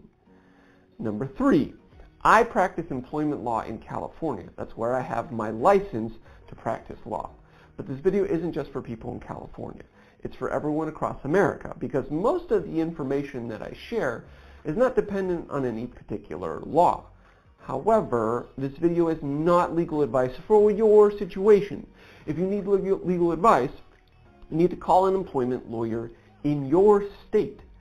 However, and with that said, a write-up generally is not a serious enough situation to warrant calling an attorney. I personally don't give consultations to people who are just trying to get free advice on how to respond to a write-up. I would get 10,000 more calls a year than we already get. My office gives consultations to people who have been fired and the circumstances surrounding their termination seems unlawful. So if that's happened to you, feel free, and if you're in California, to call my office. Now, before you can properly respond to a write-up, you need to understand, number one, why managers give them out in the first place, and number two, what rules or laws, if any, do managers need to comply with when they write you up? Okay, let's start to get into it. Broadly speaking, I see three types of write-ups. Number one, type one, your manager genuinely wants to correct what he or she sees as problematic behavior. The write-up is meant to clearly identify what you did wrong so that you're aware of the problem and can take steps to fix it. Type two is your manager doesn't really want to fire you at the moment, but he or she wants to create a paper trail in case your performance issues get worse. Your manager may think that you're an aggressive or litigious person, and this is his or her way of protecting himself or herself and the company. Number three, your manager has already decided to fire you and is simply building a case to justify it. Well, okay, what rules, if any, do managers need to comply with when they write you up? Short answer is there are almost no rules or regulations or laws that managers and companies need to comply with in the write-up process. A lot of people hear the term due process. Due process is the legal term kind of for fairness. And due process or fairness is not required. They don't have to follow a fair process. They don't have to do an investigation. They don't even have to be truthful when they write you up. With that said, when a company disciplines an employee the wrong way, they can get in a lot of trouble in the courtroom. And that brings us to the jury first perspective. And here is where you really need to start paying attention. When lawyers like me get involved in an employment matter, we look at everything through the lens of what would a jury think about this? A jury is usually 12 random people from your community. They don't care about you. They don't care about the company. They don't even want to be sitting in that jury box. But they are usually the final decision maker in employment matters that go to trial. Employment lawyers think that this jury first perspective is key because it provides us with a more objective way to evaluate your behavior that precipitated the reprimand, the manager's write-up, and how you responded to it. And this is how you need to look at your situation. Did you do something wrong at work where a write-up is an appropriate response by the company? Would a jury think that the write-up is fair and appropriate? If so, your response should be dramatically different than if the inverse situation were the case, where you didn't do anything wrong and the write-up is completely ridiculous. On the one hand, a jury is not going to like it if you're hyper-aggressive. The jury is not going to like it if you threaten the company with legal action. The jury is not going to like it if it seems you're trying to manufacture yourself a lawsuit. On the other hand, the jury will like it if you seem like the reasonable person in the situation. The jury will like it if you take responsibility for genuine mistakes. The jury will like it if you make sincere efforts to improve, even if the write-up is bogus. So with this jury first perspective in mind, we can move on to the 12 recommendations. When your manager pulls you into the office and starts to give you a write-up, here are my recommendations on how to respond. Number one, you need to remain calm. I know this is easier said than done, especially when you believe that the write-up is completely ridiculous. But this is really important. You need to avoid crying or raising your voice or showing extreme distress. Number two, you need to listen carefully and buy some time. Don't react right away. Be calm. You need to listen carefully and ask them to repeat, to give you a few extra seconds so that you can think. You should repeat the feedback back to them to ensure that you completely understand what they are saying. Do this without any hint of sarcasm or defiance. And then you should ask them if you can take a day or two so that you can respond as productively as possible. Number 3, you should ask questions and take notes. Ask lots of genuine questions without being passive-aggressive or sarcastic. That's not going to help. So when did you allegedly mess up? Who saw you make this mistake? What exactly are they accusing you of? If it's a vague accusation, ask for specific examples. And then you should also take notes. You'd be surprised at how much you'll forget after the fact if you don't take notes. If you can't take notes in the moment or you forgot a pad and paper, then right after the meeting, take some time and write everything down that you can remember. Number 4, do not leap to your own defense and say that others do the same thing and they're not getting written up. While it does matter, especially in a lawsuit, if other employees are doing the same bad thing that you did but are not getting written up for it, it looks terrible and childish if you immediately say this when they present you with a write-up. It is far more appropriate to politely point this out in your written response later, which we'll talk about in a minute. Number 5, do not make excuses. There will be a time for that in your written response, but don't do it right then and there when they tell you about their write-up. And 6, do not offer to quit. That is a really bad option for many legal reasons beyond the scope of this video. Along the same lines, don't offer to quit in exchange for severance. That is just as bad or even worse. Unfortunately, I don't have time to explain why in this video. Just know that threatening to quit or asking for severance is a terrible idea.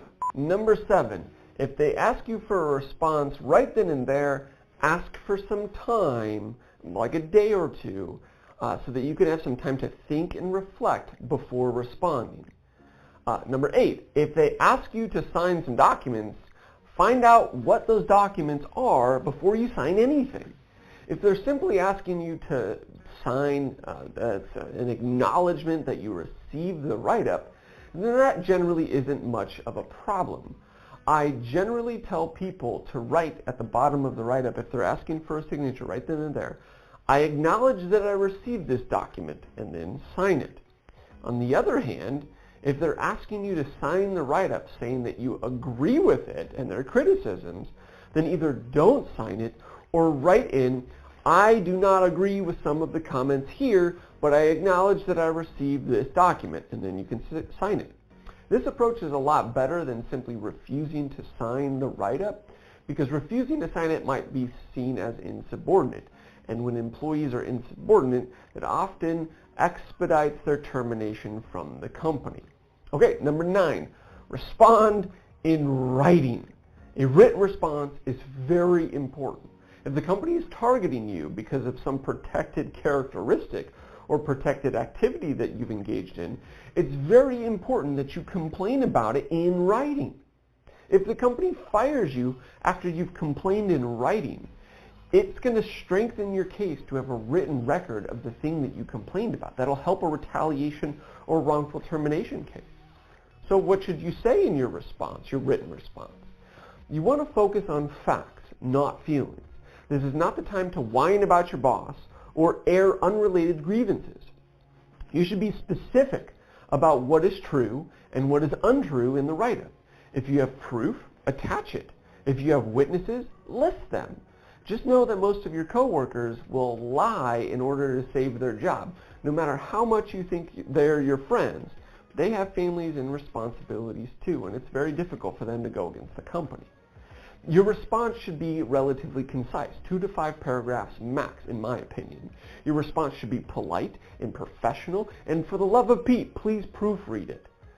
Affirm your loyalty to the company as well, but protect yourself by documenting the circumstances in which you received the written warning. You should also review company policies on the subject before you start writing your response. If you didn't violate any company policies, then point it out. And if you feel like you're being targeted for an unlawful reason, such as your gender, race, disability, religion, or something like that, or that you're being targeted because you complained about something that's protected in the workplace, like workplace safety or patient safety, or you didn't want to violate some sort of law, then you absolutely should put that in your written response. Moreover, I think you should also watch my in-depth video on how to complain at work but not get retaliated against, as that video covers the right and wrong way to complain at work. I'll provide a link at the end of this video on how to do that. Number 10, it's really important not to talk to your coworkers about your write-up. This puts them in a very difficult position, and it's not going to help you at all. Number 11, very important. Fix the bloody problem. If the write-up is asking you to make more sales calls, then make more sales calls. If it's asking you to stop gossiping at the water cooler, then don't go anywhere near the water cooler. If your boss asks you to stop being insubordinate, then stop being insubordinate. On the other hand, a lot of write-ups that we see are very vague and difficult to comply with, if not impossible. That's why I also recommend that people follow up with their boss proactively and preferably in writing. Boss, how am I doing? Do you see some improvement from 2 weeks ago when you gave me the write-up? If not, how can I improve? If your boss responds favorably, then great. If he or she ignores your email, on the other hand, that might be a sign that they've already decided to fire you, or the boss is simply not willing to help you get better. Maybe they're even building a case to fire you. If that's the case, your time at the company might be coming to an end relatively quickly. Number 12, start looking for a new job. A warning doesn't necessarily mean that you're going to be fired, but obviously it makes it more likely. You might as well start looking for a new job rather than wait. If things start to improve at work, then great, you can punt the job search. But it's really good to be proactive and get a head start on looking for a new job if you're starting to get signs that your time at the company is limited. I hope you found these 12 recommendations to be helpful. If most people responded to write-ups in this way, it would dramatically reduce the chance that they'll be fired. And in situations where the manager is breaking the law by disciplining someone because of a protected characteristic or because of a protected activity, this type of response will be very helpful in their lawsuit. Now, if you found this video interesting, you may also want to watch my video on how to complain at work without getting retaliated against. A link will pop up. Okay, we're back. I hope this has been helpful to you. And in my opinion, I think this guy did a fantastic job at explaining this. None of this, I didn't use none of this on the job when I was working there. They write me up. I didn't do none of that. I was just, But anyway, in today's society, I think these tools will be pretty good. Work very good. I think he did a wonderful job explaining this to you. Now, does the sisters hate to hear the truth? And are the brothers losing interest in the sisters? And are white men in love with the sisters? And what is your opinion about interracial dating? Let's try to go down on the end of that, and we're going to start with the sisters hating to hear. If you want to piss a black woman off, just tell her the truth. I promise you she'll get mad. And that might sound crazy. Who would get mad at the truth? How can you argue with the truth? Black women. It is our kryptonite. It is like diarrhea to the mouth. It's like diarrhea to the soul. We have this disdain thing when it comes to the truth. We can't handle the truth. We don't tell the truth. Who is this black queen with her natural hair, curled, no makeup on, looking phenomenal, and reading y'all the riot act? Who is she? I'm definitely going to link back to her profile back in the description, so y'all can look forward to that. And if you want to show her some love, I'll always give love to the content creators. And then make sure y'all tap into the Patreon. We did Stock Club today, and that was absolutely lit. So that is a lot of content and a lot of context. So if you're looking to get to the bag or you're looking to align yourself with a group of people that's going in the direction that you're going in, that is available for you. And then Teach Henley, 40% off your first order plus 20% off for life. Who is this queen? Well, you know we're going to spin a block and we got to start over, because for us C students over here, I know a lot of y'all are smarter than me, but for us C students over here, we got to make sure that we get the full context in its entirety so that we can hold these women accountable for the things that they doing, including who they voting for, who they sleeping with, who's going to be a single baby mama tomorrow, who's pregnant, who breaking up their family, the whole 9 yards, and she is absolutely, positively on point. But let me spin a block real quick, start over, and then we're going to get the full context, and then I'm going to give you my thoughts as a result of it. And thank you guys for sending me this video. You want to piss a black woman off, just tell her the truth. Why did they get mad? She'll Why get did they mad. get mad? I don't understand. And that might sound crazy. Who would get mad at the truth? How can you argue with the truth? Black women. It is our kryptonite. It is like diarrhea to the mouth. Talk to him. It's like diarrhea to the soul. We have this disdain thing when it comes to the truth. We can't handle the Y'all know I like them chocolate too, right? truth. We don't tell the truth. We don't want to hold each other accountable. We don't want to hold ourselves accountable. Anything that involves having to face reality, face what really is, we don't like it.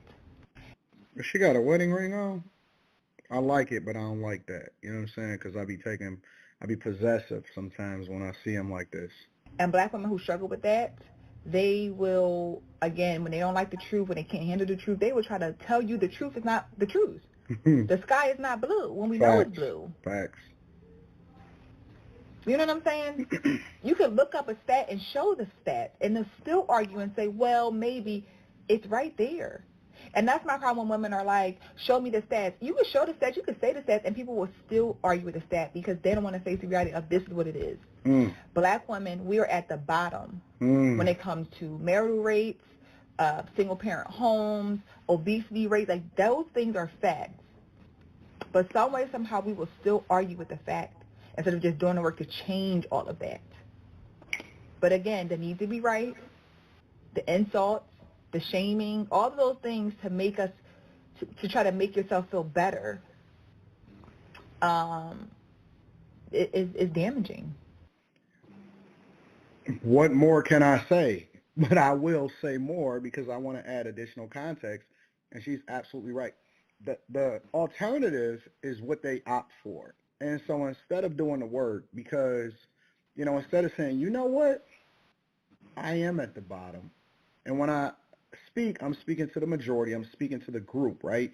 Even when I talk about black culture in itself, as a whole, even though I may individually maybe doing my part, taking care of my business on top of things, doing things legally, never been to jail, taking care of family, putting resources into the community, staying in my city instead of moving over into a bigger city and all of this stuff, as a whole, because we speak to the majority and not the minority, and not to just individual situations, even though we may use our own situations in order to illustrate a point, the fact of the matter is the culture in its entirety, which is one of the reasons why we try to influence people to do a certain thing, is trash. And what she's saying, and you got to get out of your feelings so that you can start getting to the results.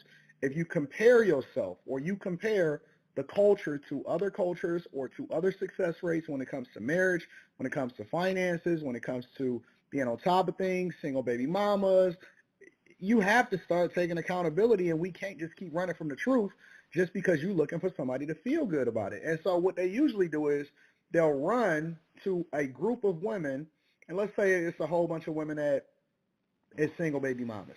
So instead of taking accountability, they start to look for validation. And that is one of the biggest problems. They look for validation. And the problem with validation is that validation does not then get you what you want. And that's what we really start having a conversation about. But at the end of the day, what do you want out of this thing? Do you want success when it comes to finances? Do you want your family to be intact? Do you want to have great relationships? Do you want to be married? What do you want? Do you want to be taken care of? Do you want to be able to live in your femininity? Because I can't imagine, like, you can't convince me or pay me to believe that you want to be out here grinding, hustling, beating yourself up, not getting to the bag, not getting results, not having people or having your pick of the litter, having your family broke up, being a single baby mama, and then having to go out here and compete for resources against people like me. And then that's what you then exhibit in every single thing that you have in your life. It is reflected in your voting patterns. It's reflected in the people that you follow on your social media and what comes up in your feed.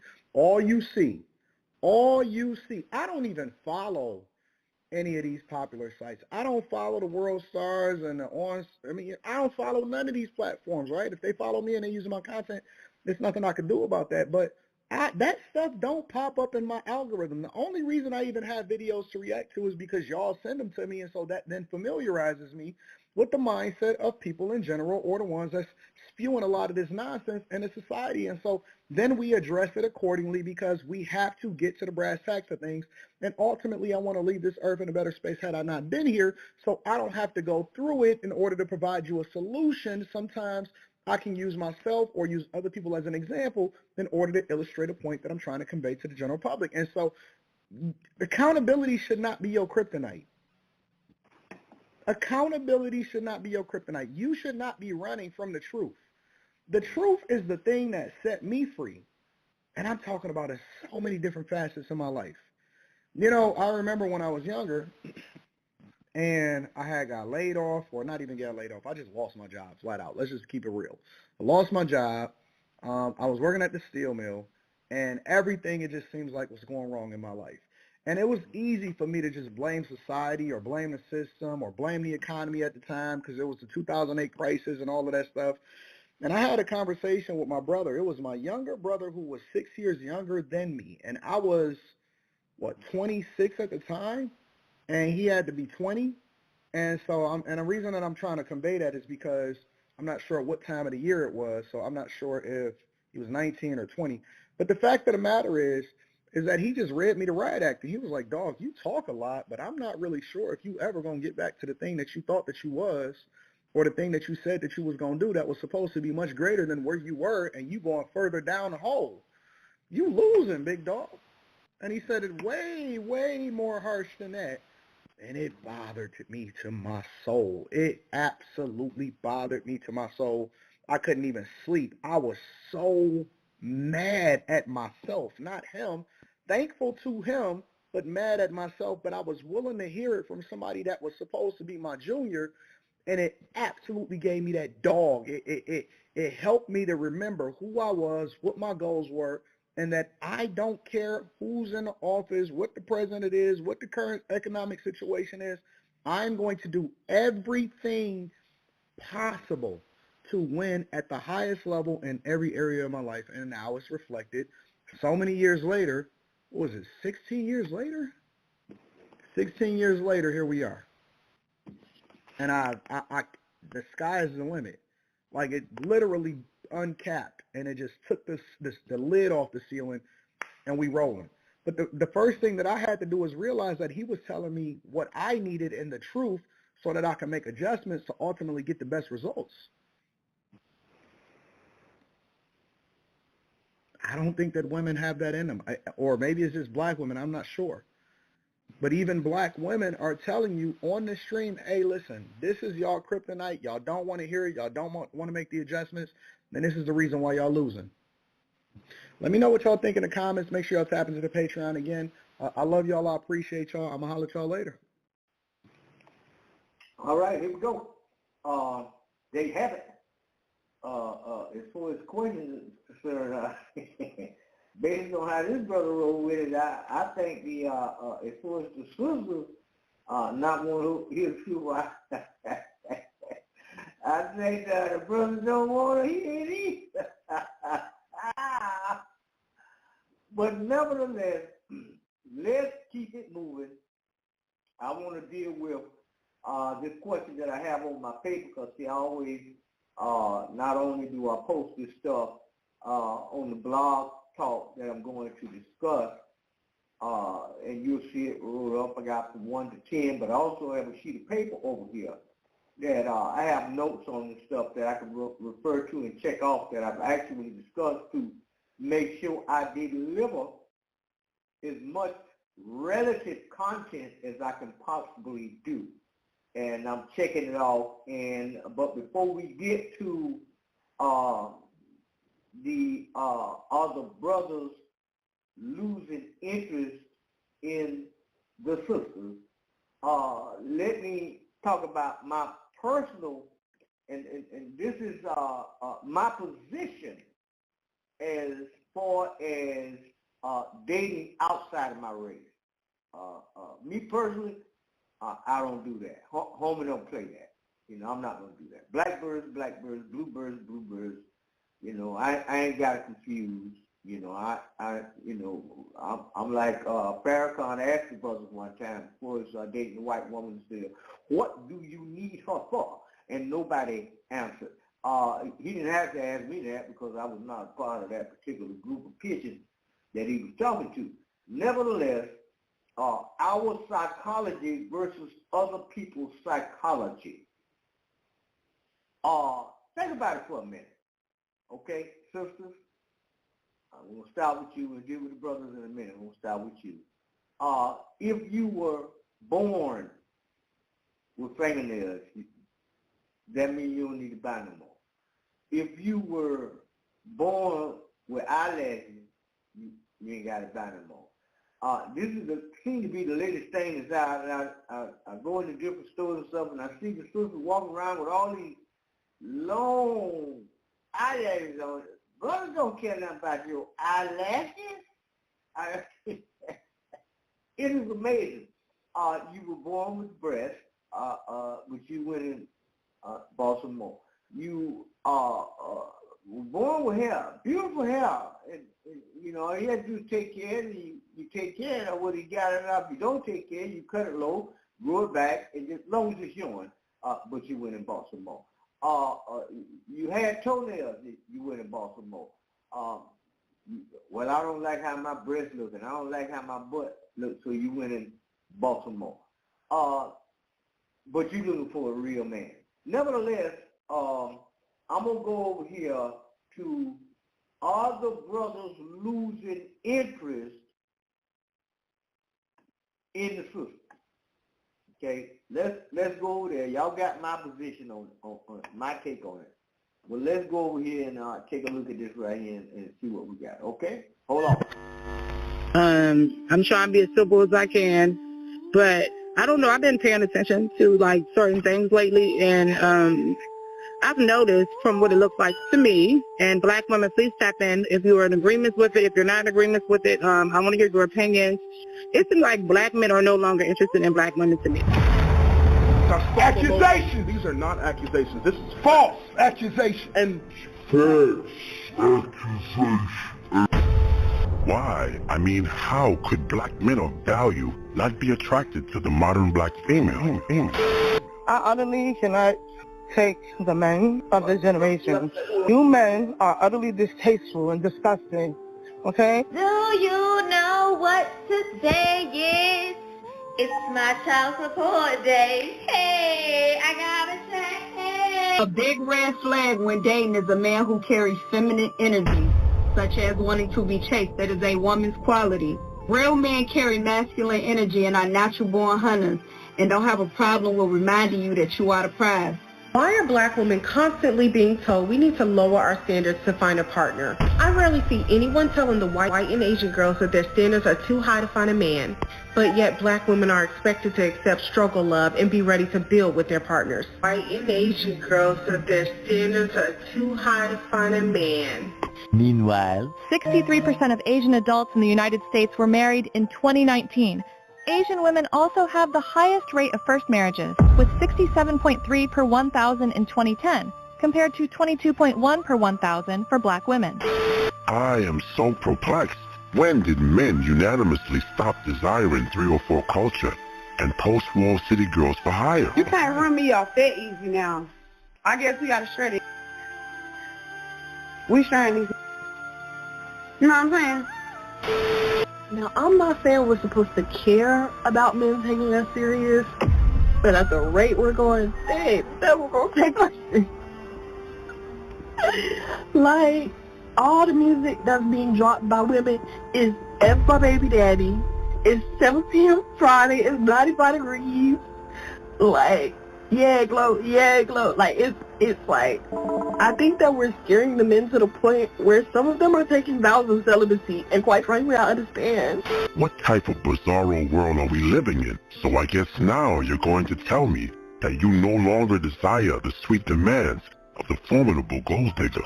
You no longer desire the way she caresses your wallet.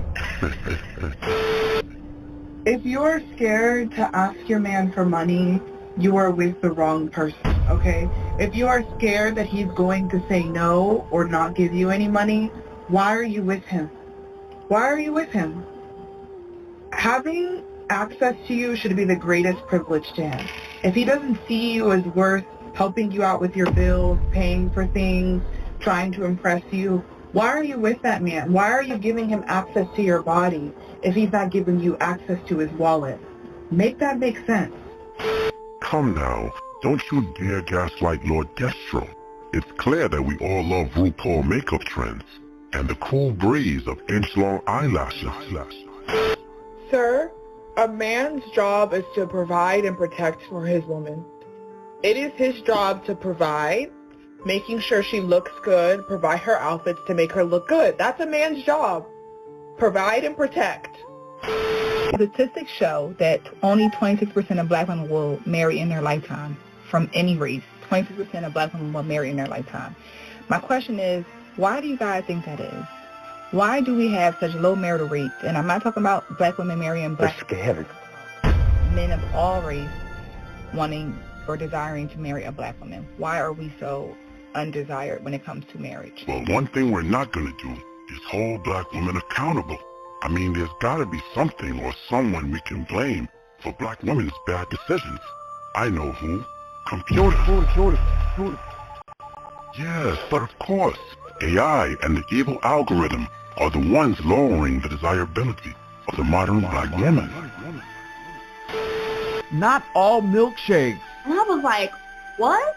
are bringing quality boys to the yard. Outrage on TikTok.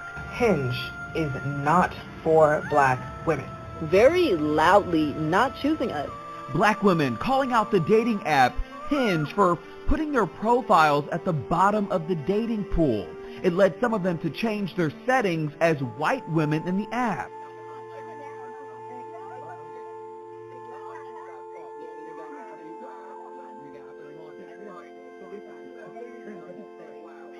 Yeah, I'm staring at you. How? Not really. Saddled over there with your black man accessory, and I'm just tired of that story, to be honest. It's basic. But that's just me, personally.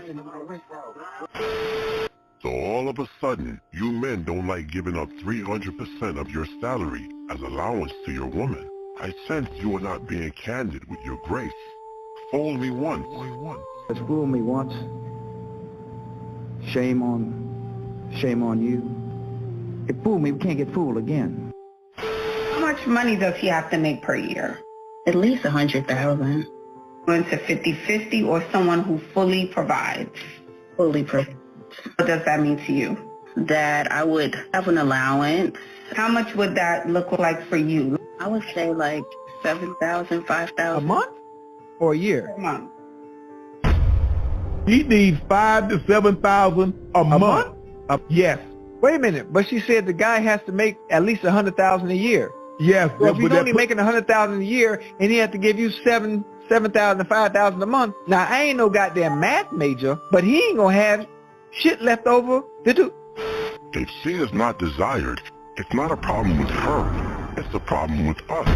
But just for fun, let's hear what the other side has to say about this phenomenon.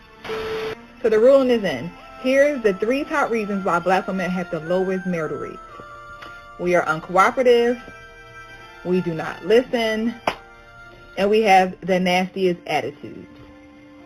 And unfortunately, y'all, I agree. I agree wholeheartedly, 100%, but it's the reality of where we as black women are, that we have created this narrative based on our actions, our behavior to be these unruly women.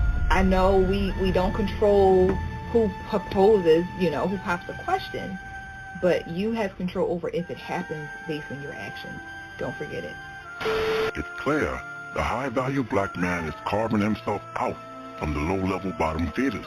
New standards are being established on what will be tolerated. Modern black women will only have two choices, whether to get down or lay down. Simple. I've been with him since he was doing community theater. I cooked, I cleaned, I've had his back from the very beginning. I've always supported him. Maybe two good people found each other, and I'm a good woman who found a good man. We can also see a sense of indifference in the modern man, no longer eager to fix the modern woman. They are more concerned with identification and immediate ostracism of these street walkers and succubus. But wait a minute. You didn't smash the bell and press the like button. Blasphemy.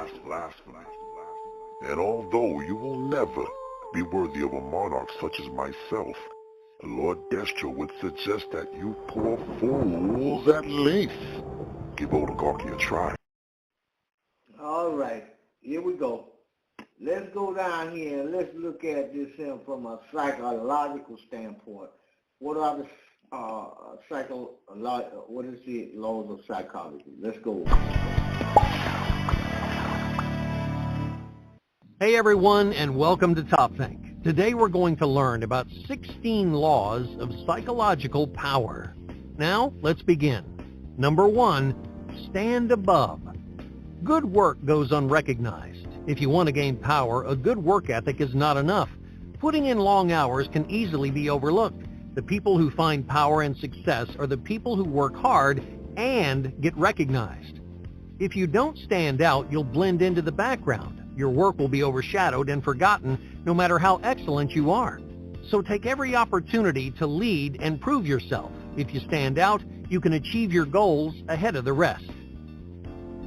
Number 2, hide your intentions. Imagine you're buying a new car. At the dealership, a car salesman shows you a model that you absolutely love. You tell the salesman how eager you are to own this car. The salesman knows your intentions, so he raises the price. Why? Because you gave him the power in the conversation.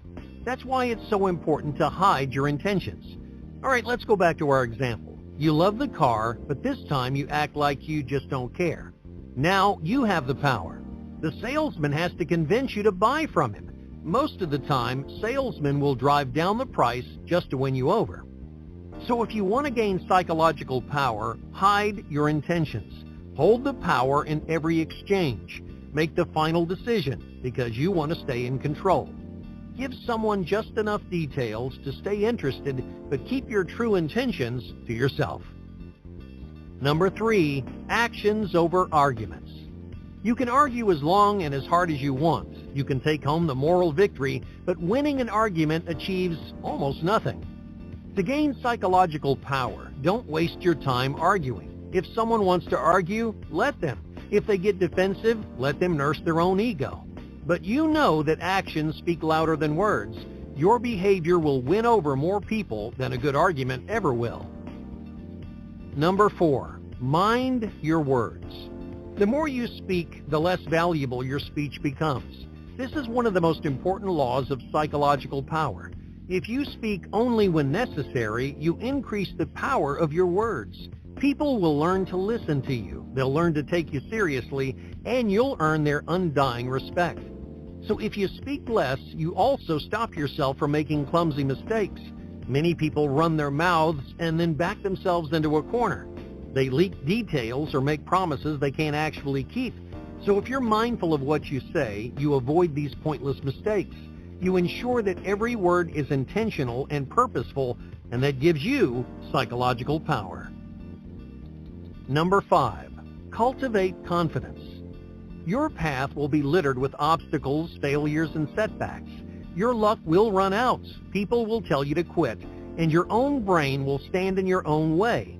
But the people who give up deprive themselves of psychological power. So if you want to improve, cultivate confidence in your life. Let your small successes empower your self-worth. Let each victory give you the courage to overcome your next obstacle. Psychological power isn't just your relationship with others, It's also how you treat and motivate yourself. Number 6, hire your enemies. Friends are dangerous on your path towards success. We turn a blind eye to our friends. We overlook their mistakes and put too much trust in their decisions. Just when you think you trust someone, they stab you in the back and your career begins to suffer. Instead of getting blindsided by people you trust, earn the loyalty of people that you don't. You may not like your enemies, but hiring someone you don't trust gives you a clear-headed objectivity. Your enemies will also show you more loyalty because they have something to prove.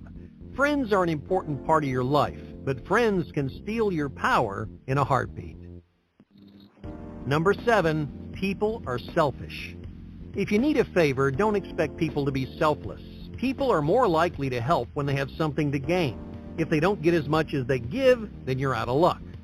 Anytime you ask for a favor, don't waste your time with kindness or gratitude. Appeal to their self-interest. Explain how they'll be rewarded. Convince them that helping you will solve their problem. Make sure they know exactly how they're going to benefit in the future. If someone thinks they're helping themselves, they're much more likely to do you a favor. Number 8, avoid commitment. Avoid unnecessary promises. Commitments get people in trouble. They lock you into one side. They trap you in a box. If your team goes down, you'll go down with them. That's why powerful people avoid commitments. They stay open to multiple sides, angles, and perspectives. They keep one foot in every camp so they can make the most out of every situation. Powerful people always stay on top because they're only committed to one person, themselves. Number 9, play yourself down. Everyone wants to feel intelligent. If you want to win people over, make sure they feel smart. Sometimes that means you have to play dumb, but you already know you're intelligent. The fact that you can play dumb means that you have nothing to prove. To put it simply, most people don't care how intelligent you are. All they care about is their own brain power. So play into their hands. Make them feel smart. Give them confidence in their own ideas. You'll only make enemies by proving your intelligence. Number 10, support your superiors.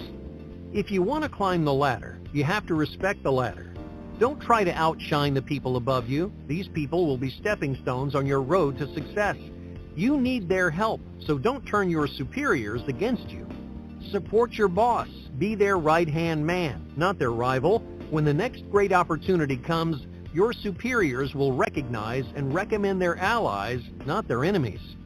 Now, sometimes this means making your bosses feel smarter than they are. Sometimes this means giving them too much credit for something you really did. But if you want to be successful, never forget to support your superiors. Number 11, stay concentrated. To find psychological power, don't just identify your strengths, develop them. Many people can do many things at an average level, but they're so busy jumping from skill to skill that they rarely specialize in anything. Specialties are one of the keys to success. If you concentrate on one strength, you can build a talent unlike anyone else's. And in the same way, if you want to build psychological power, don't spread yourself too thin. Concentrate on one direction, one project, or one purpose. Invest yourself wholly in that one direction. It's a bigger risk, but with enough dedication, your reward will be exponentially greater. Number 12, effortless achievement. What do you say after finishing a huge project? Do you tell people how hard you worked, or do you say, it was no problem? To gain psychological power, play down your achievements. Make each accomplishment seem easy and natural, because people will believe you. Even if you invested countless hours into your work, show the world someone who's confident and collected. You should never forget how hard you worked, but the world doesn't need to know. Number 13, the giant shadow. Are you succeeding a legend? Do you have gigantic shoes to fill? This is a big problem. On the surface, filling a large void seems like a fantastic opportunity. However, if your predecessor did amazing things, you have your work cut out for you. To get the same level of recognition, you have to surpass the person who came before you. Depending on the job, that may be almost impossible. So don't fill the shoes of a legend. Instead, be the person who brings your team back from the brink. Fill the void of someone who failed, and your success will shine twice as brightly. Number 14, set anger aside. Do you lose your temper? Anger is a destructive emotion on your road toward success. Anger makes you impulsive, narrow-minded, and selfish. If someone makes you angry, they know they've gotten the best of you. They know they've hit a nerve, so they'll keep pushing. Instead of getting angry, grow distance. Ambivalence is a far greater punishment than anger. When you ignore someone, you steal their power. You force them to get your attention. You make them do the work. Strong emotions will hurt your decision-making and help others take advantage of you. So keep your frustrations to yourself, stay calm, and stay objective whenever possible. Number 15, the calm rush. Time is a common source of psychological power. The most powerful people are masters of timing and time management. Not only do they pack incredible amounts of work into their daily schedules, they never let their busy days get the best of them, at least not on the outside. They always seem cool, calm, and collected. They're never rushing or sweating. They're always patient with their work and their goals. Because rushing is a recipe for disaster. It creates anxiety and it hurts your reputation. Instead of letting time control you, stay in control of your time. Your psychological power depends on it. Number 16, calculated value. They say the best things in life are free, but if you want psychological power, you'll need to spend money when it counts. Some things are worth paying for, even if it's just a name or a title. The effect of that name or title is worth all the money in the world. It's okay to be cheap and cost-effective in your personal life. However, if you want to climb the ladder, you cannot cut corners. Hey, thank you for watching Top Think, and be sure to subscribe because more incredible content is on the way. All right, everybody, we're back. Now, let us take a look and see is white men in love with his Muslims? What evidence do we have of that? And I had a situation one time where I was dating a sister, and she was working on this job, and she kept coming home, and she told me, and every time I would have been here, but every time we knock off from work, because I am the best employee in the whole place, and the guy that owns the sandwich shop, he would want me to stay and talk to him and sit down, and he want me to have a beer with him. I said, I said, don't do that. He said, I know he probably trying to go to bed with me, but I done already told him that. And I said, yeah. I said, but if you have a beer, if you start drinking with him, then he going to call you the N-word. He going to do that. And, of course, I know she loved to have a beer, but I told her, I said, don't do that. I said, if you're doing that, stop doing that, because sooner or later, he's going to call you the N-word. And so one day she came home. She said, you know what, you were right. And that sucker, he gave me one of these little short Budweiser. He said, go ahead and, because he said, I'm going to, the work that you be doing, I'm going to go ahead and do some of that right now, and then you get through with your beer, you come on and finish on up. And sure enough, he come in and start talking about how good I look to him and all that. And I told him, I said, hey man, don't, I got a man. And so he got mad with me and called me the N-word. I said, didn't I tell you that he's going to do that every single time?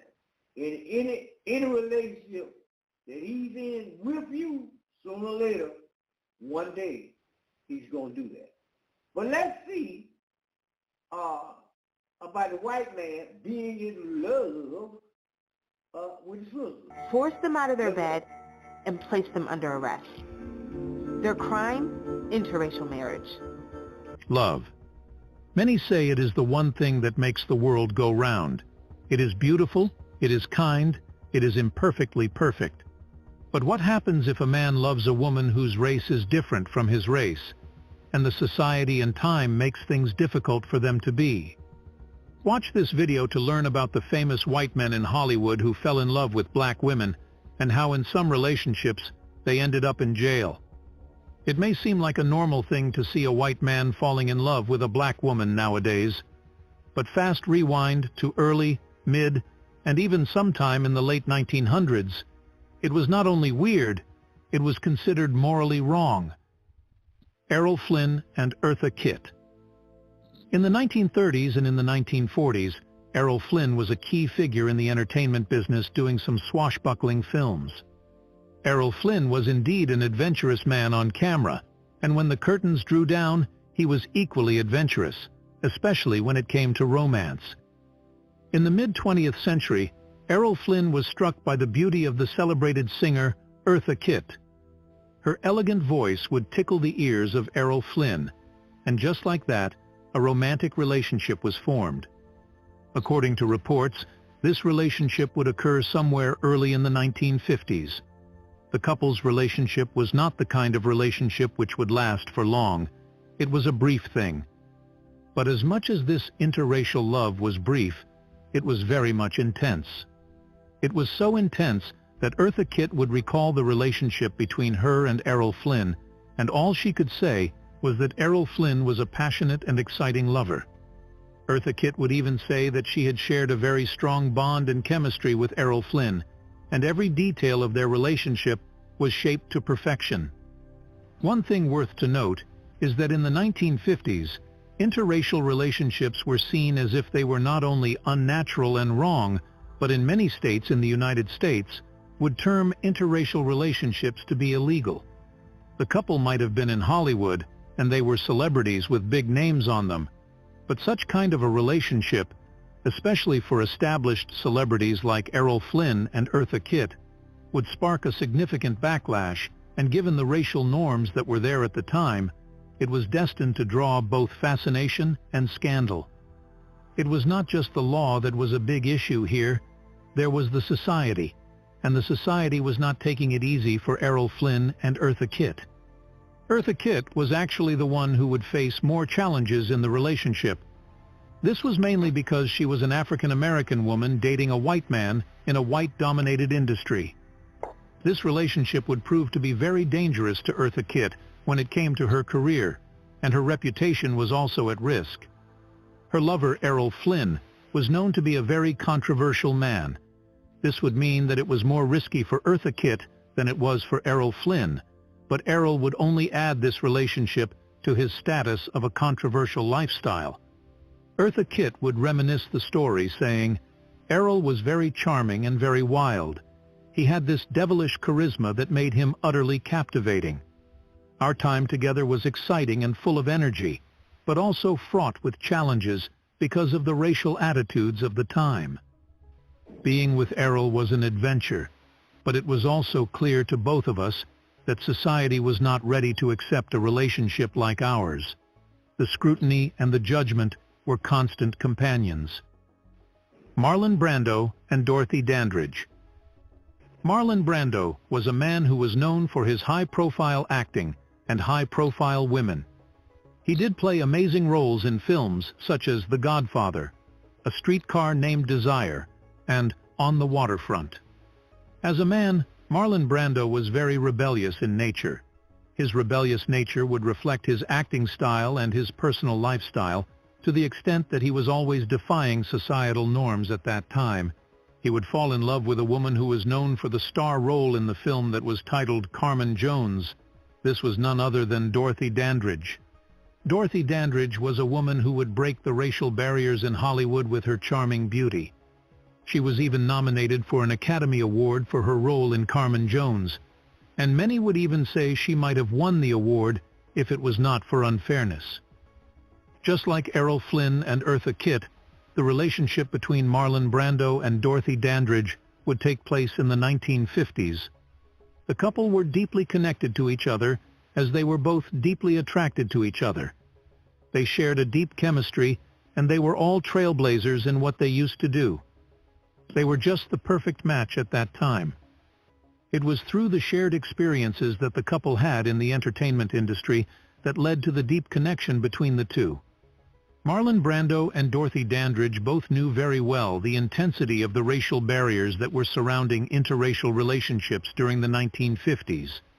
But despite all the things that were going on at that time, they just continued with their relationship with all the hostilities involved and all the disapproval they faced along the way. Despite all the societal norms that existed, the legal implications that the relationship could face, and the career challenges that they were being faced with their relationship, they would still get it on, and they had to navigate the harsh racial climate to fight for their love. But the couple were a bit smart. They did not take their relationship to the media. Everything they did, they would keep it away from the mainstream media, because they were fully aware of the amount of backlash they would face. Dorothy Dandridge would reflect on the entire situation of her relationship with Marlon Brando and the societal challenges, saying, "Marlon understood me in a way that few men ever did. He respected my talent and my struggles as a black woman in Hollywood. Being with Marlon was a breath of fresh air. He didn't see color. He saw me, Dorothy, the woman, and the actress. Our relationship was a beautiful escape from the harsh realities of the world we lived in. But it was also a reminder of how far society still had to go in accepting interracial love." On the other hand, Marlon Brando did have something to say on racial equity and societal prejudices, saying, "If there's anything unsettling to the stomach, it's watching actors on television talk about their personal lives. I don't think of people as colored. It's not my way of thinking. The only reason for race discrimination has been economic advantage. In Hollywood, we are all pawns of a capitalist system where only the color green matters." Richard Loving and Mildred Jeter.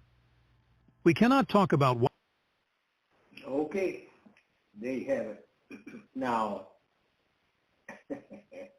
I still find it quite interesting because remember I told you blackbirds belong with blackbirds, bluebirds belong with bluebirds, redbirds belong with redbirds, squirrels are with squirrels, elephants are with elephants,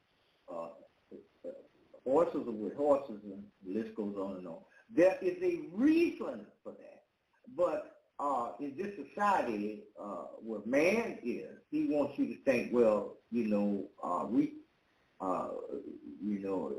well, first of all, let's go over here and let's see what a brother has to say about interracial dating. Now let's see, because we don't want, I don't want you to think that I'm blaming white folks for this, that, and the other. Let's try to cover the whole gambit from every conceivable angle, because either way it goes, there was a reason for nature to be the way it is, and there was a reason for us to be the way we are, but we seem to think that we can improve on something that's already in order.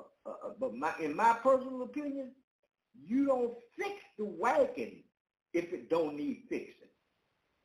That's just my personal opinion on this thing. But let me go down here, and I'm going to find this brother here and see what he has to say about interracial dating.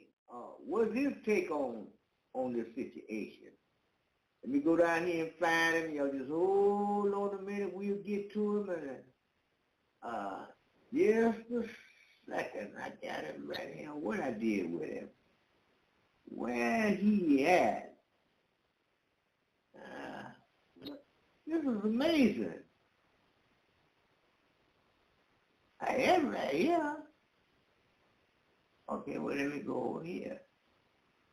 Let's see if I can find him over here. I had him right here. Oh, wait a minute. I know I'm looking for the wrong word. Where's his word? Oh, here he is. Right. What I can see from the data is 80+% of people are inside their group. Me personally, I've dated everything. I say make yourself the best version of yourself and pick from the best you have available. Because at the end of the day, we're all human, but most people want their group. Right. See, what I think the disconnect comes when you feel like you're having to pick from lesser options, but that's a function of you. Like I said, if you make yourself the top choice, or become the best version of you, and you can say, and know not what you want, but know what you need, that's a difference. Know what you need and then pick for that and outcomes, not for short term. That's relationship. I mean, think about you and your best friend. Y'all want to kill each other sometimes. Yeah, this guy want to kill each other all the time. Yeah. But let somebody fuck with him. Oh, yeah. You know I'm coming. That's it. Blame me. Blame me back. That's it. And that's the thing. We have that as men. Men want that with women, too. Thanks. And women want that with men. And the thing is, that person may look different from a want standpoint versus a need. And I just actually speak to that. And if you look at what it did with the thing with Tommy Lee came on, and she said, you know, I really do want that. I'm like, I just want to trust. I'm like, I get it.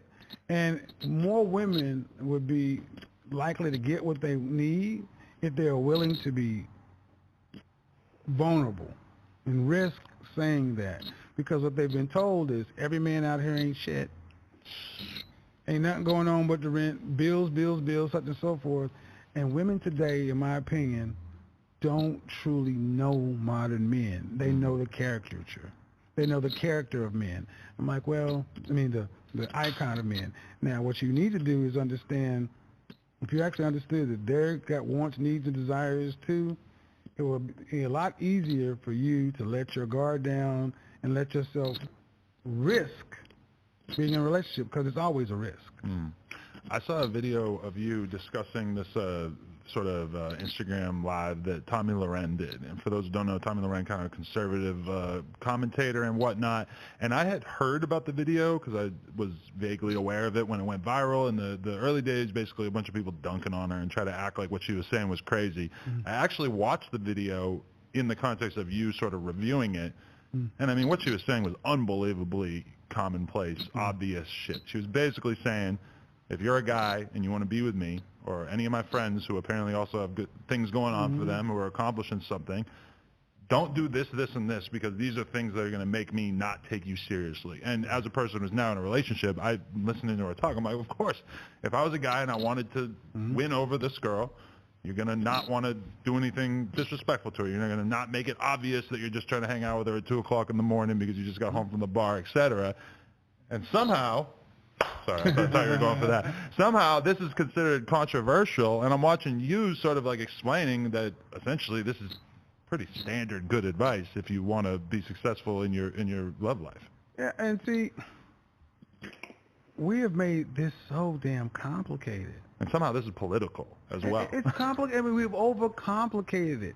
And see, one of the beauties of my show is I acknowledge men are visual and women want... I'm all about hypergamy. Yes, you want the high value man. You want a man who can protect, provide, and whatever that comes in. That's what you want. That's nature. I accept that. And men are visual. We have over freaking complicated. So I go back to something I said a little while ago on my Facebook group. You know what's unique about that? I just picked from men. I just asked some basic questions. How old are you? Your marital status? Do you want to be married? Do you have any kids? And then I just went and verified, where you work. I don't care where you work, but that's it. And from women, I pick women who are feminine, beautiful, and reasonable. That's it. I'm not a matchmaker. I'm not a love demigod, but I truly believe in human nature because image is human nature. I took men and women who were like-minded, and I did something novel. I put them in the room together. Right. And I said, here's what we're going to do. All the stuff that's outside, we're not going to bring any of the salacious, stuff that's just going to be openly controversial. We're not going to talk about that. This is a group for men. We get in here, network together, talk about business, and the women are our welcome guests. Guess what? Women get a chance to sit back and see me, you, and us to work together. Talk, communicate. They come in and ask questions. I was like, you got to be able to be willing to answer questions because this is a different kind of woman. She's already admitted she's feminine, this, and she wants to be cooperative and work with a man. Guess what? Couples are getting together left and right now. Mm. I'm like, you leave people alone, and we will sort ourselves out. It's called assortative mating. Stop, just let people be. But we've tried to engineer relationships based upon these false standards, or standards, I won't say, things that create a narrative that ultimately doesn't make either side very happy. And you leave people alone. What's really funny is when a woman says, you know what, I never would normally consider a guy like this, but he had already passed this basic litmus test. And I got a chance to see how he moved, and I like that. It's the opposite of Tinder. Like when I was on Tinder back in the day, I remember really feeling like this doesn't make sense to me because I'm a guy who goes to the bar and tries to meet girls. I'm a guy who goes to the club and tries to meet girls. Somehow I'm sitting here looking at this app. It's got like potentially infinite women, and it makes me feel miserable swiping through, looking at them one by one because of the overt choice embedded in it. And what you're talking about is like, let's put a couple dozen people or whatever in this group and actually see what happens if they try to take each other seriously. And you're picking on straight appearance. That's 7 seconds. That's a very small time frame. And I've actually helped guys write profiles. And honestly, I'm on these apps because I like to know what's going on. Tinder, which was one before Tinder? Bumble. Bumble's a big one, or it used to be. But Bumble has changed. They've taken away the weight and thing.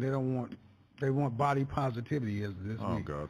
But I said, okay, you want that, but are you going to take the height and income thing away from men? Of course, that didn't work.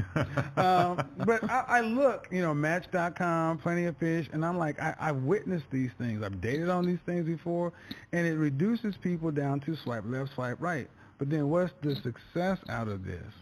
The success comes from just asking some baseline questions. You know what a Sadie Hawkins dance is? Oh, yes. Yeah, that's when what the girls ask the guys. We miss that these days, yeah. And basically that's what I did with Match.com. That's what I did on Facebook. I said, these guys are provider males, and you are women who want men. Sadie Hawkins. And I look up, and somebody's like, oh, yeah, I'm inside the first week, I'm in Boston, she's Atlanta. I flew up there. I'm finding out they're in a relationship 30 days later. I'm finding out, I was going to go move out of here and I'm going to go to the DR. I joined your group just because I said I would. Now I found my wife, my fiance, who's now my wife. I'm like, well, and the thing is, how can a guy who's an image consultant, who's now become a relationship guru of sorts, how can I do that? And all you folks who are in this business, that's really where I'm at now. Where are you matchmakers on? Where are your results? Where are these people? Because as an image consultant, I want you to come in, I want to get you square, and not want you to go out and win. I want to keep you on the payroll for a lifetime. I'm a failure if that's it. If you need me to dress you for every dadgum thing, different at a higher level. But you see what I'm saying? You're supposed to get people to the where they can move on and do something else. But we have a relationship industrial complex, as it were, that keeps people single, miserable, taking Prozac, Zoloft, drinking wine, and watching Netflix and chill movies. That doesn't benefit the end user, does it? And you mentioned Japan earlier, and I remember one thing that I saw when I went to Japan was the realization, the guy who's showing us around says, this is a building where you can go in and you can hire a woman to cuddle with you. Yes. Not a prostitute. Yeah. You don't have sex with her, but you lay there and you hold her and you stare into her eyes. So they've actually managed to, commercialize every part of the relationship so that if you're looking for an intimate connection, here's a $20 an hour. You can stare into her eyes. Okay, guys, we want to thank you so much for getting us to 100,000 subscribers right here on the Clips channel. If you want to support, please click that subscribe button. We're trying to get to 200K. Thank you. All right, we're back now. This goes against the grain of everything that I've been taught. I've said it 100,000 times. I was taught by men. It was 2 men. Well, actually, it was 3. 2 of them, well, actually, all of them were rich. But anyway, they taught me who the prize was. I had a sister one time. She told me she said, well, look, I'm looking for a man. Now, this sister, every Sunday morning, she's up and she's going to church every Sunday morning. So she said, I need me a man. I said, well, look, don't you go to church every Sunday? She said, yes, I do. I said, are there any men in the church, or is it just all women? She said, no, there's men in there. I said, well, all of them married. No, all of them are not married. But I want a man. And then she told me, she says, well, you know, the woman is the prize. I said, who told you that? My mama told me that. I said, your mama got a man? Well, no, my mama don't have a man. I said, okay. But anyway, what I would like to recommend is you go and look at the movie called The Taming of the Shrew by Richard Burton and Elizabeth Taylor. Go and take a look at that one again. That's an old one, but I want you to pay attention to something. Richard Burton, the first thing he did was he went and got his own castle. He got his own horses and chariots and wagons. He had his own everything got his own. Okay, now, so he said, well, the only thing missing now is go get me a girl. And he would go in town and he found Elizabeth. She was rebellious because this man had several daughters, and she was the first one to go. And according to their custom, well, you had to bring a dowry over here and bring this, that, and the other, and then you can get her. And then she came on and want to give him his butt to kiss, his butt to kiss, and all this right here. And I'm like, well, you know, what you doing, man? I mean, you seem to have it mixed up about what the prize is. But anyway, let's go and look at light skin versus dark skin. Being light-skinned in that sense, sometimes you feel like you don't necessarily have a home. I'm trying to be with my people, but then it's like, oh, well, you're not really black enough. Within the justice system, we're typically penalized more harshly than light-skinned people just on average. I'm just curious if you've ever been close to getting lightning, bleaching. Yeah. You almost did? Yeah. I don't feel comfortable being labeled by my skin tone. If you agree, please step forward.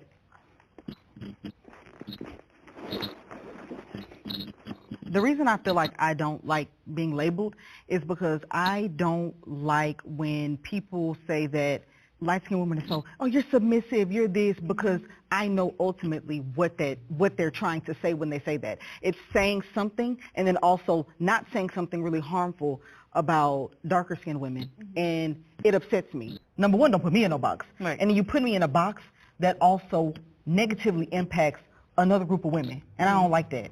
My opinion around the whole colorism issue in general is that we're black.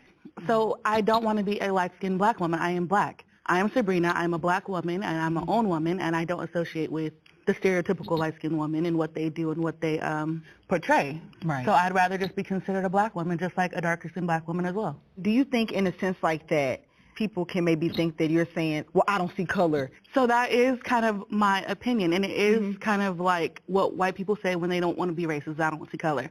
And my own family primarily are all dark-skinned. Right. So growing up, I didn't. I saw beautiful people. I saw my family. I saw my dark siblings, and that's just what it was. Gotcha. Until recently, the conversation has really come up to the point where I'm starting to ask them, like, what was your experience? And they, too, say that they didn't have a negative experience for real. I literally see black people. I see white people. I see Mexican people. And that's what it is for me. Can we have the disagreeer step forward? Girl, I'm nervous. Can I just say one thing to you first off? I've dated a couple light-skinned girls. Ain't nobody said they were submissive. First off. The reason why I didn't step forward is because dark skin, like everybody's starting to find out, the science is starting to agree. Dark skin is where it started, baby. And the reason why I think that I'm okay with being called dark skin and why I love the fact that there are light skin is because we have to realize that all of these people came from this prototype. Like I look at these beautiful dark-skinned people over here. And I always love the darkest people because they have no pimples, no nothing. It's just pure perfection. Beautiful skin. And excuse me, this is not an extremist view, but we all know that dark is dominant and light is recessive. And I don't think that it's a negative thing to be called dark. I think the media wants us to think that, but I don't think it's a negative thing to be called dark. We're the originals, so that's great. I acknowledge that we should not have to have these divisions and these terms. One term that illustrates that to me is brown skin. The black people who are kind of in the middle. How ridiculous does that sound when we're all variations of brown? You understand? Right. However, I didn't step forward because I'm not offended by being called dark skin. I will say there's a dehumanization that does occur with this labeling, like for instance on social media. A light skin, a dark skin, that drives me insane. Now, I just wanted to address just a couple things you said. First, I want to say I'm very glad that your family members have not felt the impact of colorism. I'm so happy to hear that. I wish that was the dominant reality for dark-skinned girls. Unfortunately, it is not. We have to remember colorism is not just social, it's systemic as well. Even if they haven't necessarily felt the way that dark skin is perceived in society, that doesn't mean that they may not one day feel that. I hope completely not. Understand. Yeah. And that one thing I think that adds to it, though, is how you're raised. My dark-skinned siblings are my step-siblings. So my mother is light-skinned. My mother never mentioned our color. You know what I mean? Whereas, some parents will, prep you for the conversation. It was just never a conversation. Yeah. We all got prepped. Did you guys all get prepped? Yep. And so that's what I'm saying. Even when I plan on having kids, I date a dark-skinned man. Yeah. Potentially, I can have a dark-skinned child. Yeah. I'm not going to go around just prepping them for the worst. I want them to just know that they're black and they're beautiful, whatever tone they come out. I have to say, honestly, we're all black and all lives matter are the same to me. In the sense that both statements are true, but neither do anything to address the issue at hand, so they're meaningless. Right. Yes, we're all black. However, some black people are further marginalized because they are dark-skinned. And I understand what you're saying about not wanting to beat your children down with the idea of oppression, but not talking about it is not going to make it go away. My mother was extremely affirming to me as a dark-skinned little girl because she understood that if she didn't do it at home, when I get out into the world, we ain't in Kansas no more. Completely understand. Yeah. But it's also when I say we're all black, is if we were to get pulled over tomorrow, I'm black to a white man, to a white cop. What my point is more so is that we are dividing ourselves with this conversation as well. And I don't want that for us. I want us to just be on the same page because that way we can move forward in life. My immediate reaction was no, solely because I am a light-skinned person, you know what I'm saying? But then you kind of brought up how what's tied to it are the stereotypes that come with being a light-skinned person or a dark-skinned person. Right. And those can be detrimental to a light-skinned person or a dark-skinned person. Yeah, right. Do you believe that those stereotypes are majority true, though? Whether they're true or not is kind of irrelevant. The fact that they're detrimental to people, I think that's the problem itself. So when I first heard the prompt, I think when I was younger and I was growing up, being dark-skinned was something I would try to run away from because of the negativity surrounding that term. But as I grow up now and I'm living in a time where I see models like Anouk Yai and all these people looking up to them. And you flawless, girl. Don't talk about them. Look at them. Where the light coming from? And being more confident in myself, I'm yeah, I'm dark-skinned, what about it? I also like it because I think when it comes to the black community, we're not a monolith, so I think it is good to display that we are a diverse group, even though we are pretty large. On the other side, I do see how people nitpick a bit too much and pay way too much attention to the details. So sometimes I'm no, I'm just black. I'm really interested in this conversation. All right. I just want to give you a little bit of that. And we winding down the last 11 minutes. I'm going to take a little quick break. And when we come back, I need to find out what's going on with them brothers out there in L.A., man. What's going on? There's a man, he wants to talk about that. So, hold on.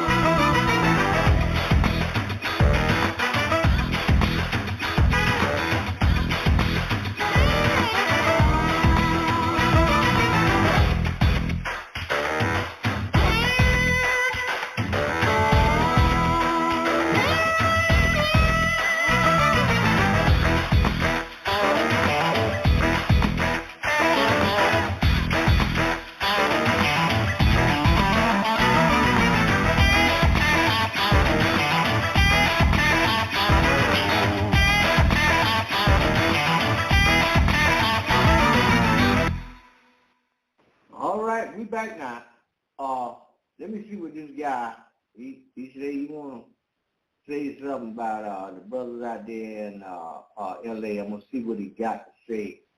And I hope it's some good positive stuff. Yep. But let's see. The older man is back with another relationship discussion. So today we want to talk about the massive division between the black man and the black woman. We are the only race of people where the division between the males and the females are so wide apart that it's starting to become a real problem for black people in the West.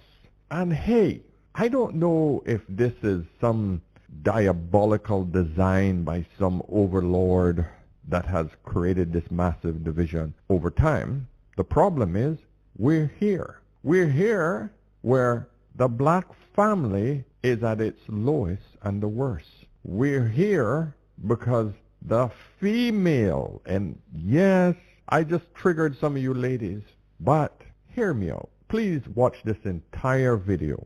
Share it with your other female friends that are single or that are married. I'm hoping that the married ones will actually help the single ones. We're going to hear from one woman, and then I'm going to share some comments on that video so that you ladies can just get the perspective from the female department. Okay? But that's it. I'm just going to feature women today. So, with that said, let's get into it. But you know what I'm going to ask you first and foremost. Subscribe, and like the video coming in, because you know you're going to like it.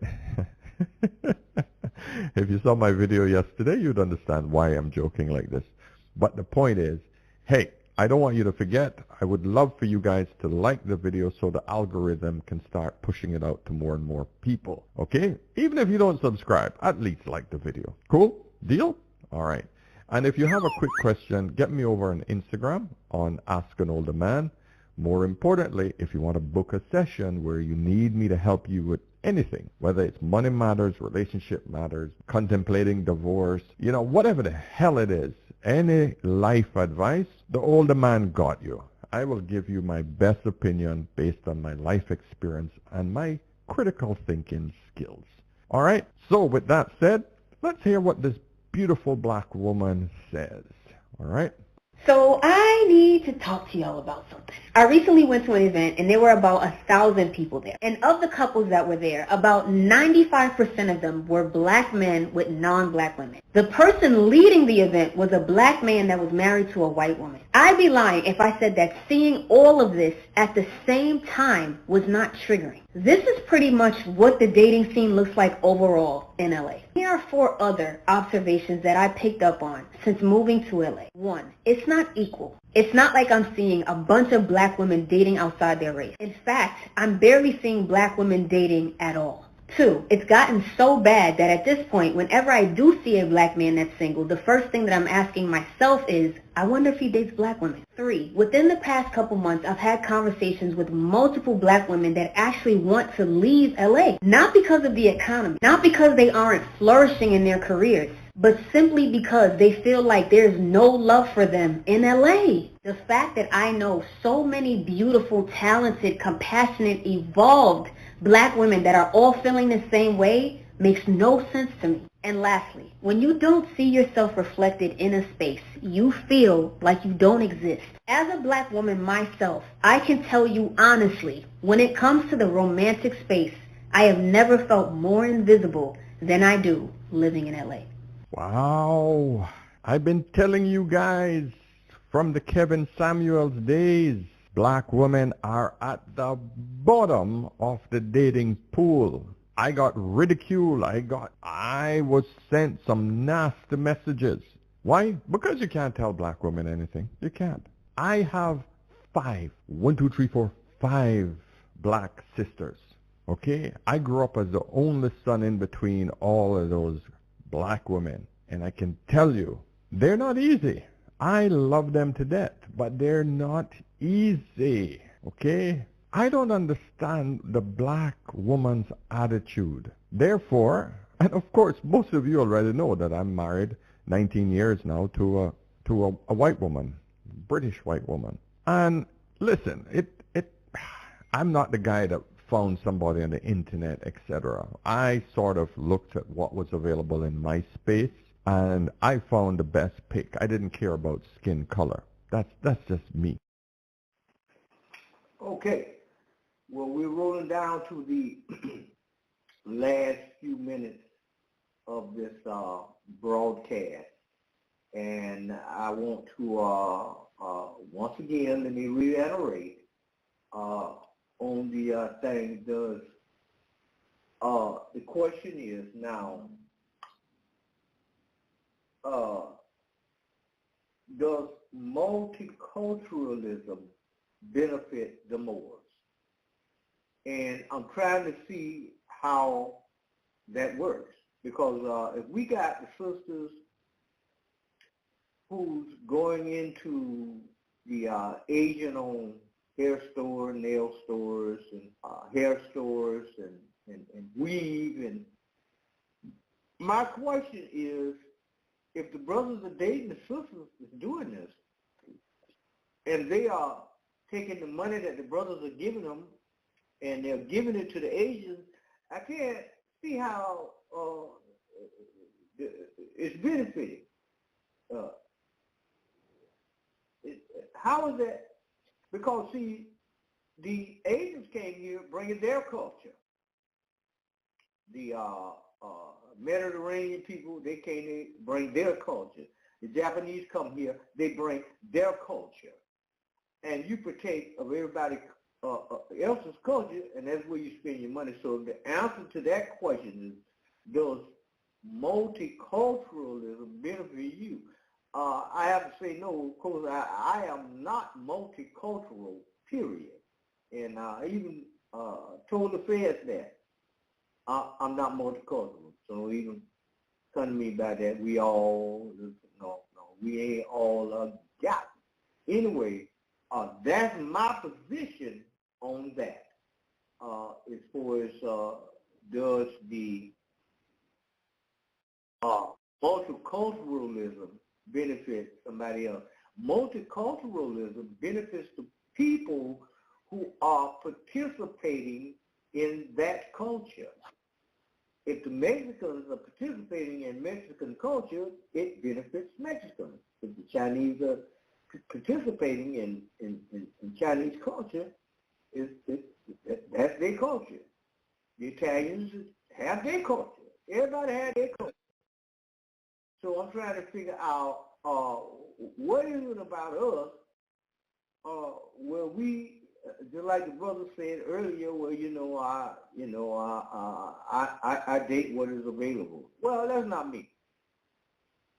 Blackbirds like blackbirds. I don't care how many Chinese women you got. Go ahead, I'll pass on that right there. Just give me a sister. Anyway, every man has his own preference too, right? Okay, so that's my preference. I'm not trying to beat you up about what you do and how you see it, and I ain't looking down on you about how you see it. That's your preference, okay? Your preference belongs to you, and that's just the way it is. I'm not multicultural. Okay? All right. Well, anyway, we have come down to the end of the broadcast, and I'm going to go ahead and close this thing on out, and we'll be coming back in the very near future with another podcast. And but right now I want to close this one on out so that we can start making preparations for the next show. And I do hope that you all have gotten something out of this broadcast. I've been your host, Tarhaka Amana El Bay, and until next time, y'all have a good evening.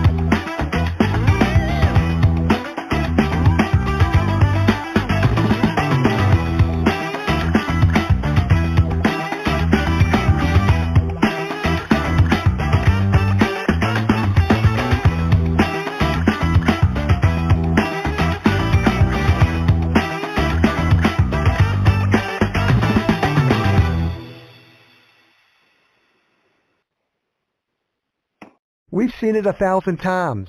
Insurance companies using the same tired excuses not to pay. They'll say you're really not hurt, or that your injury is from an old accident.